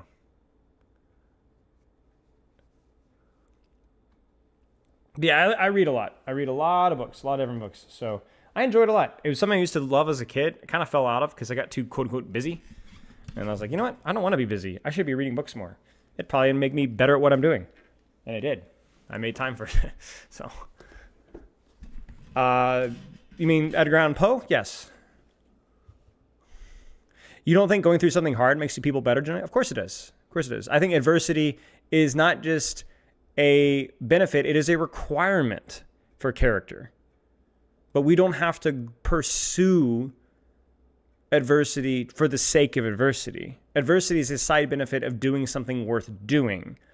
But then some people either pursue things to such an extreme that they put themselves through torture, or they pursue the adversity because there's this masochistic satisfaction and suffering. I haven't Succubus, but maybe I will. We are meant to struggle. We are like, and I think everybody has to struggle. I mean, you can't avoid struggle. Like if you're doing nothing, sitting on your butt, on playing video games and eating Cheetos all day, you're going to suffer. You're going to struggle from that choice. Like you can't avoid it, but you can't focus only on that, and you shouldn't go out of your way to pursue things that are going to make you suffer and struggle just for the sake of doing that. You know what I'm saying? King in Yellow. Okay, cool. I respect people that are not only successful at what they do in terms of achieving excellence, but are also well-balanced, thoughtful people, especially people that do it not just for themselves, but do it to enable and help other people and to better the lives of other people. I want to read books by those people instead. And that's why I've always looked up to coaches like John Wooden, who's still like probably the greatest coach of all time, but what a well-balanced, respectful, family-focused man he was, and I look up a lot to him. I have watched The Princess Bride. I have not read Hawkins, no. Putting yourself into suffering when you don't need to is a form of luxury. Correct. I think there's something to be said about making yourself doing something that you don't want to do every day just for the sake of teaching yourself the capability, but you don't do that just for the sake of because it's suffering. You do it because it builds character, and then you try to make choices that are worth doing, that are going to be hard, but are worth doing because they're worth doing.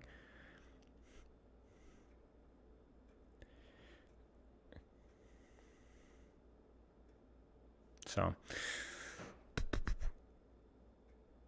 compare suicide rates between first and third world countries. Yeah, true. That's true. It's true. It's a very difficult conversation to have for sure.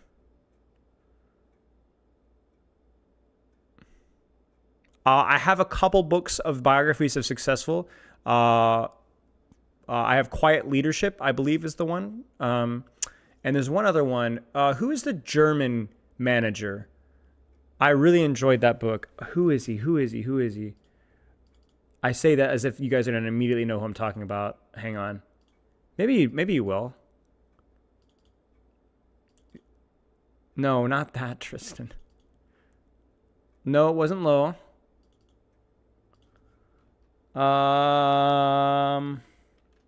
Jurgen Klopp. That was it. Yep. I enjoyed that a lot. I read the All Blacks, the New Zealand rugby team. Really enjoyed that book. Thought that was very good.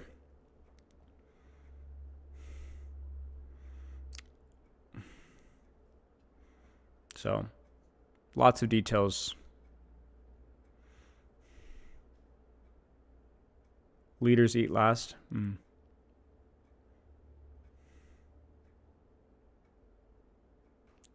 I probably butchered the pronunciation, so I apologize.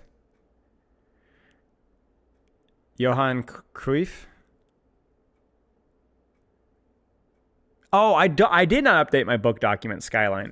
Will you DM me in Discord? I will do that. Pep Guardiola, yeah. I agree. I don't like autobiographies either because they either feel like self-help books or they feel like glossed over. I actually did not really enjoy the Bruce Springsteen autobiography for that point. I respect him as an artist, but his autobiography was kind of a hard read at times because it felt like it was either like patting himself on the back or he didn't know how to pat himself on the back, and it was like very like it's not that I need all the dirt on the person, but I think it's easier to be objective from an outsider perspective. It's why I like the Walt Disney biography because it was somebody else wrote it after he died, and so it feels like a more straightforward, honest thing where he lavishes praise on Disney for things that are earned without being humble about it. But then also when things are really bad, it's called out and you get, the real story, quote unquote. 11 Rings is a great book. I have a lot of respect for Phil Jackson as well. He's a great coach. It's on my bookshelf right behind me, actually. Do I prefer philosophical, non-fictional reads or fictional stories with philosophical elements? It depends on what I'm in the mood for, Tristan. From a work perspective, obviously non-fiction is going to be up my alley, but I really do enjoy fiction a great deal. So.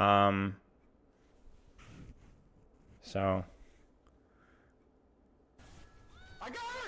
Penguin, think of the sub. Do you think good sport books are good for training mental? Yeah, but there's a lot out there. So I am very picky nowadays with the sports quote unquote books that I read or leadership psychology, because there's so much stuff out there that, and a lot of it, it's actually pretty funny.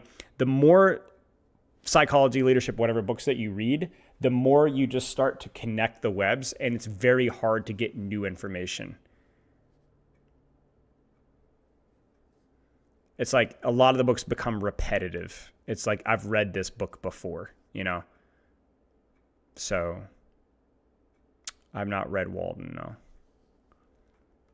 Cool, Tristan, thank you.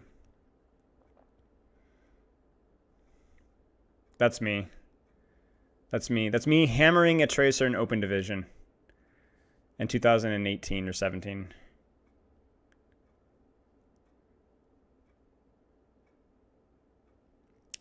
It might be that it's difficult to train that skill set, Doom. You might be right with that.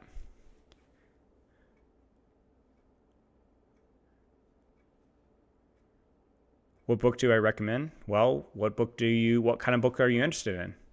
I read all sorts of books. I think the problem with primal usage is the same with Pulse Home, is you don't get the chance to practice it very often. And then you got to wait another while to get it. But you might be right. If you technically lock somebody in rooms that practice primals, they probably get a really good grasp of primals way faster than somebody just trying to click and shoot, you know? Juno and Kiriko, speed ring placement, crosshair, verticality with your movement, being smooth with your movement. Kiriko is crosshair placement, primary fire aim, Suzu accuracy, all sorts of stuff. S and W tapping or pressing shift. Yeah, exactly. It's the right inputs, yeah. Jelly or jam? I don't know. I don't have much of either anymore. I used to drink it a lot, eat a lot as a kid, but yeah.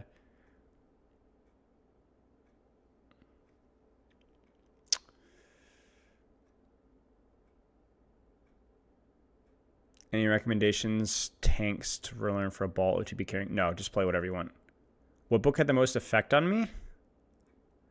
Book that I've read recently that had the most effect on me. I think either, honestly, maybe Deep Work. This one that I brought up earlier, this one was really good. This one was, I really, from multiple different reasons, resonated with this book a great deal. That one would be one I would definitely recommend. When I did that book tier list on YouTube a couple years ago, that one would break the S tier for sure.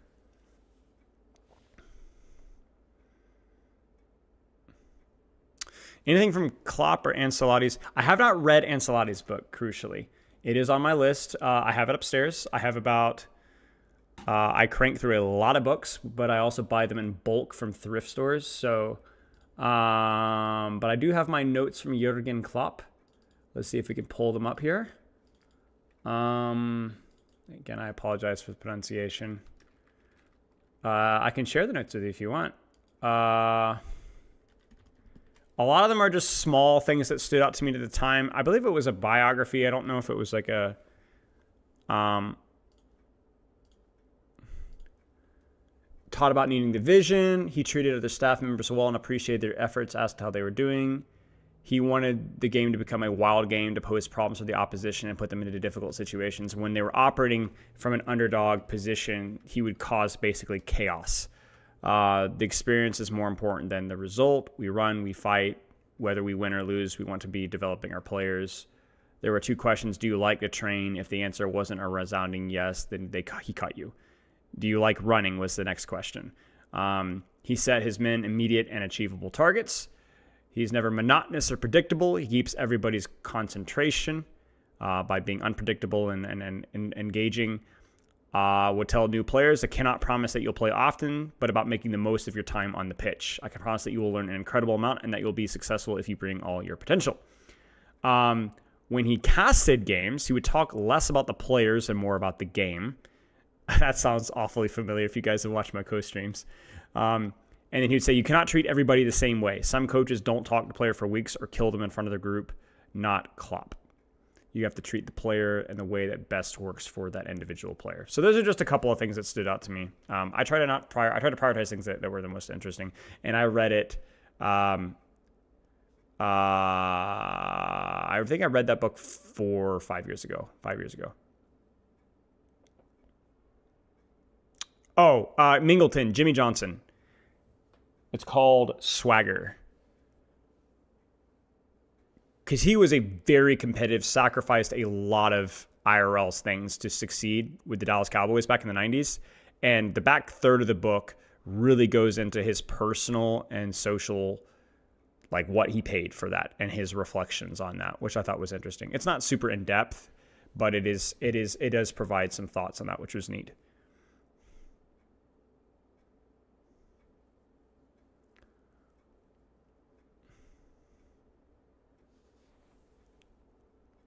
Because he had some serious family issues come up because of that. Was divorced, son became an alcoholic, alienated a lot of people, lost a lot of health problems, stuff like that.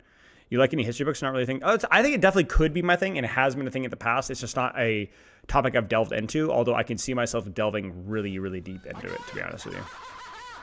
I'd enjoyed the Moneyball movie. Yeah, I enjoyed it. It's also funny seeing Bobby Kotick in that movie. Andy, thank you for the sub.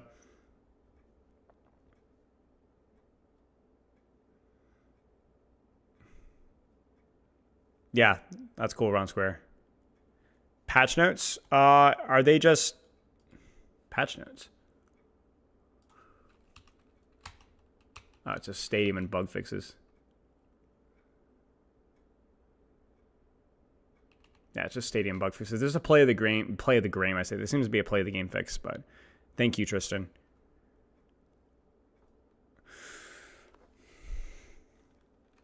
Yeah, I like reading a lot. Reading is entertaining and allows me to relax more so. So I'm also slowly cranking through Red Dead. I'm like 60%. We're getting there. We're getting there.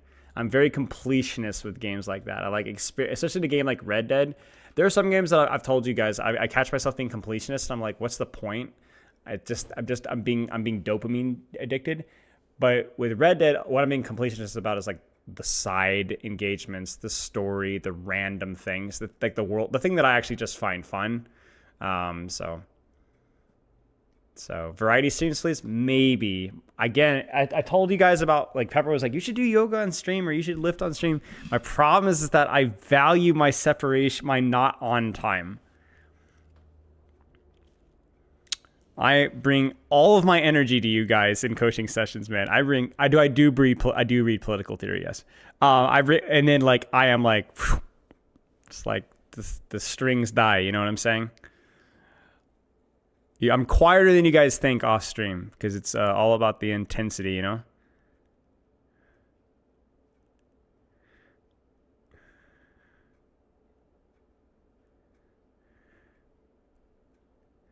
Where would you even put those clips in the third channel? Yeah. Third channel is just going to be literally everything and anything that doesn't fit. So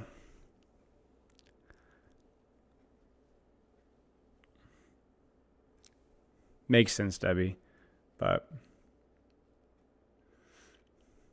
you going to run any of the stream? Not likely. I think not likely.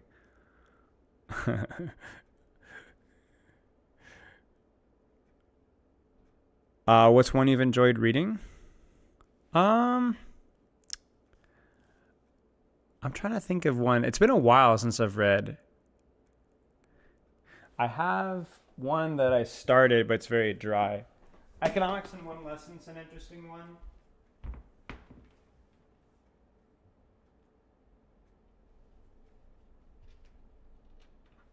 Where is it?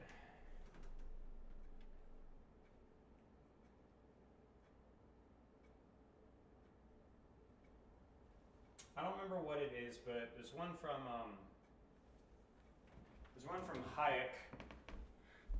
Hayek that I like a lot. Hayek.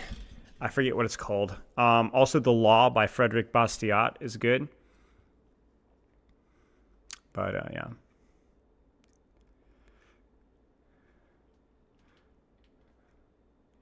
What is a common tactic some of you found across American football, Overwatch, or the pursuits you've had? I mean, the control of space is just universal. Controlling of space or the respect of space control is universal, as is speed. In any game that has where there is any sort of real-time decision making, speed is really, really important. As is space, basically. Jiu-jitsu, it doesn't matter. Speed and map control. So.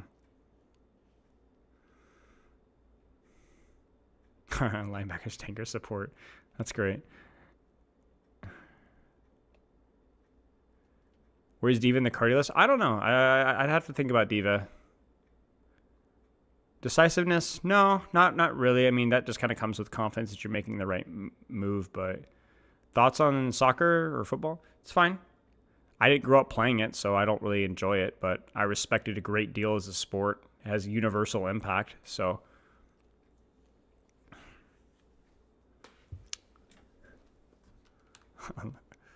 But yeah. Thoughts on NHL? I do not enjoy hockey. I don't watch or enjoy hockey all that much. But again, it is something that I don't play. Never really play. I played street hockey some, but that's about all. All right, chat. We're gonna head off. I'm gonna go lie down. I love you all deeply, parasocially. I'm gonna toss it right over to Avery. I'll see you guys later. We'll be back on Saturday. Co-streaming the whole nonsense. We'll see you guys then.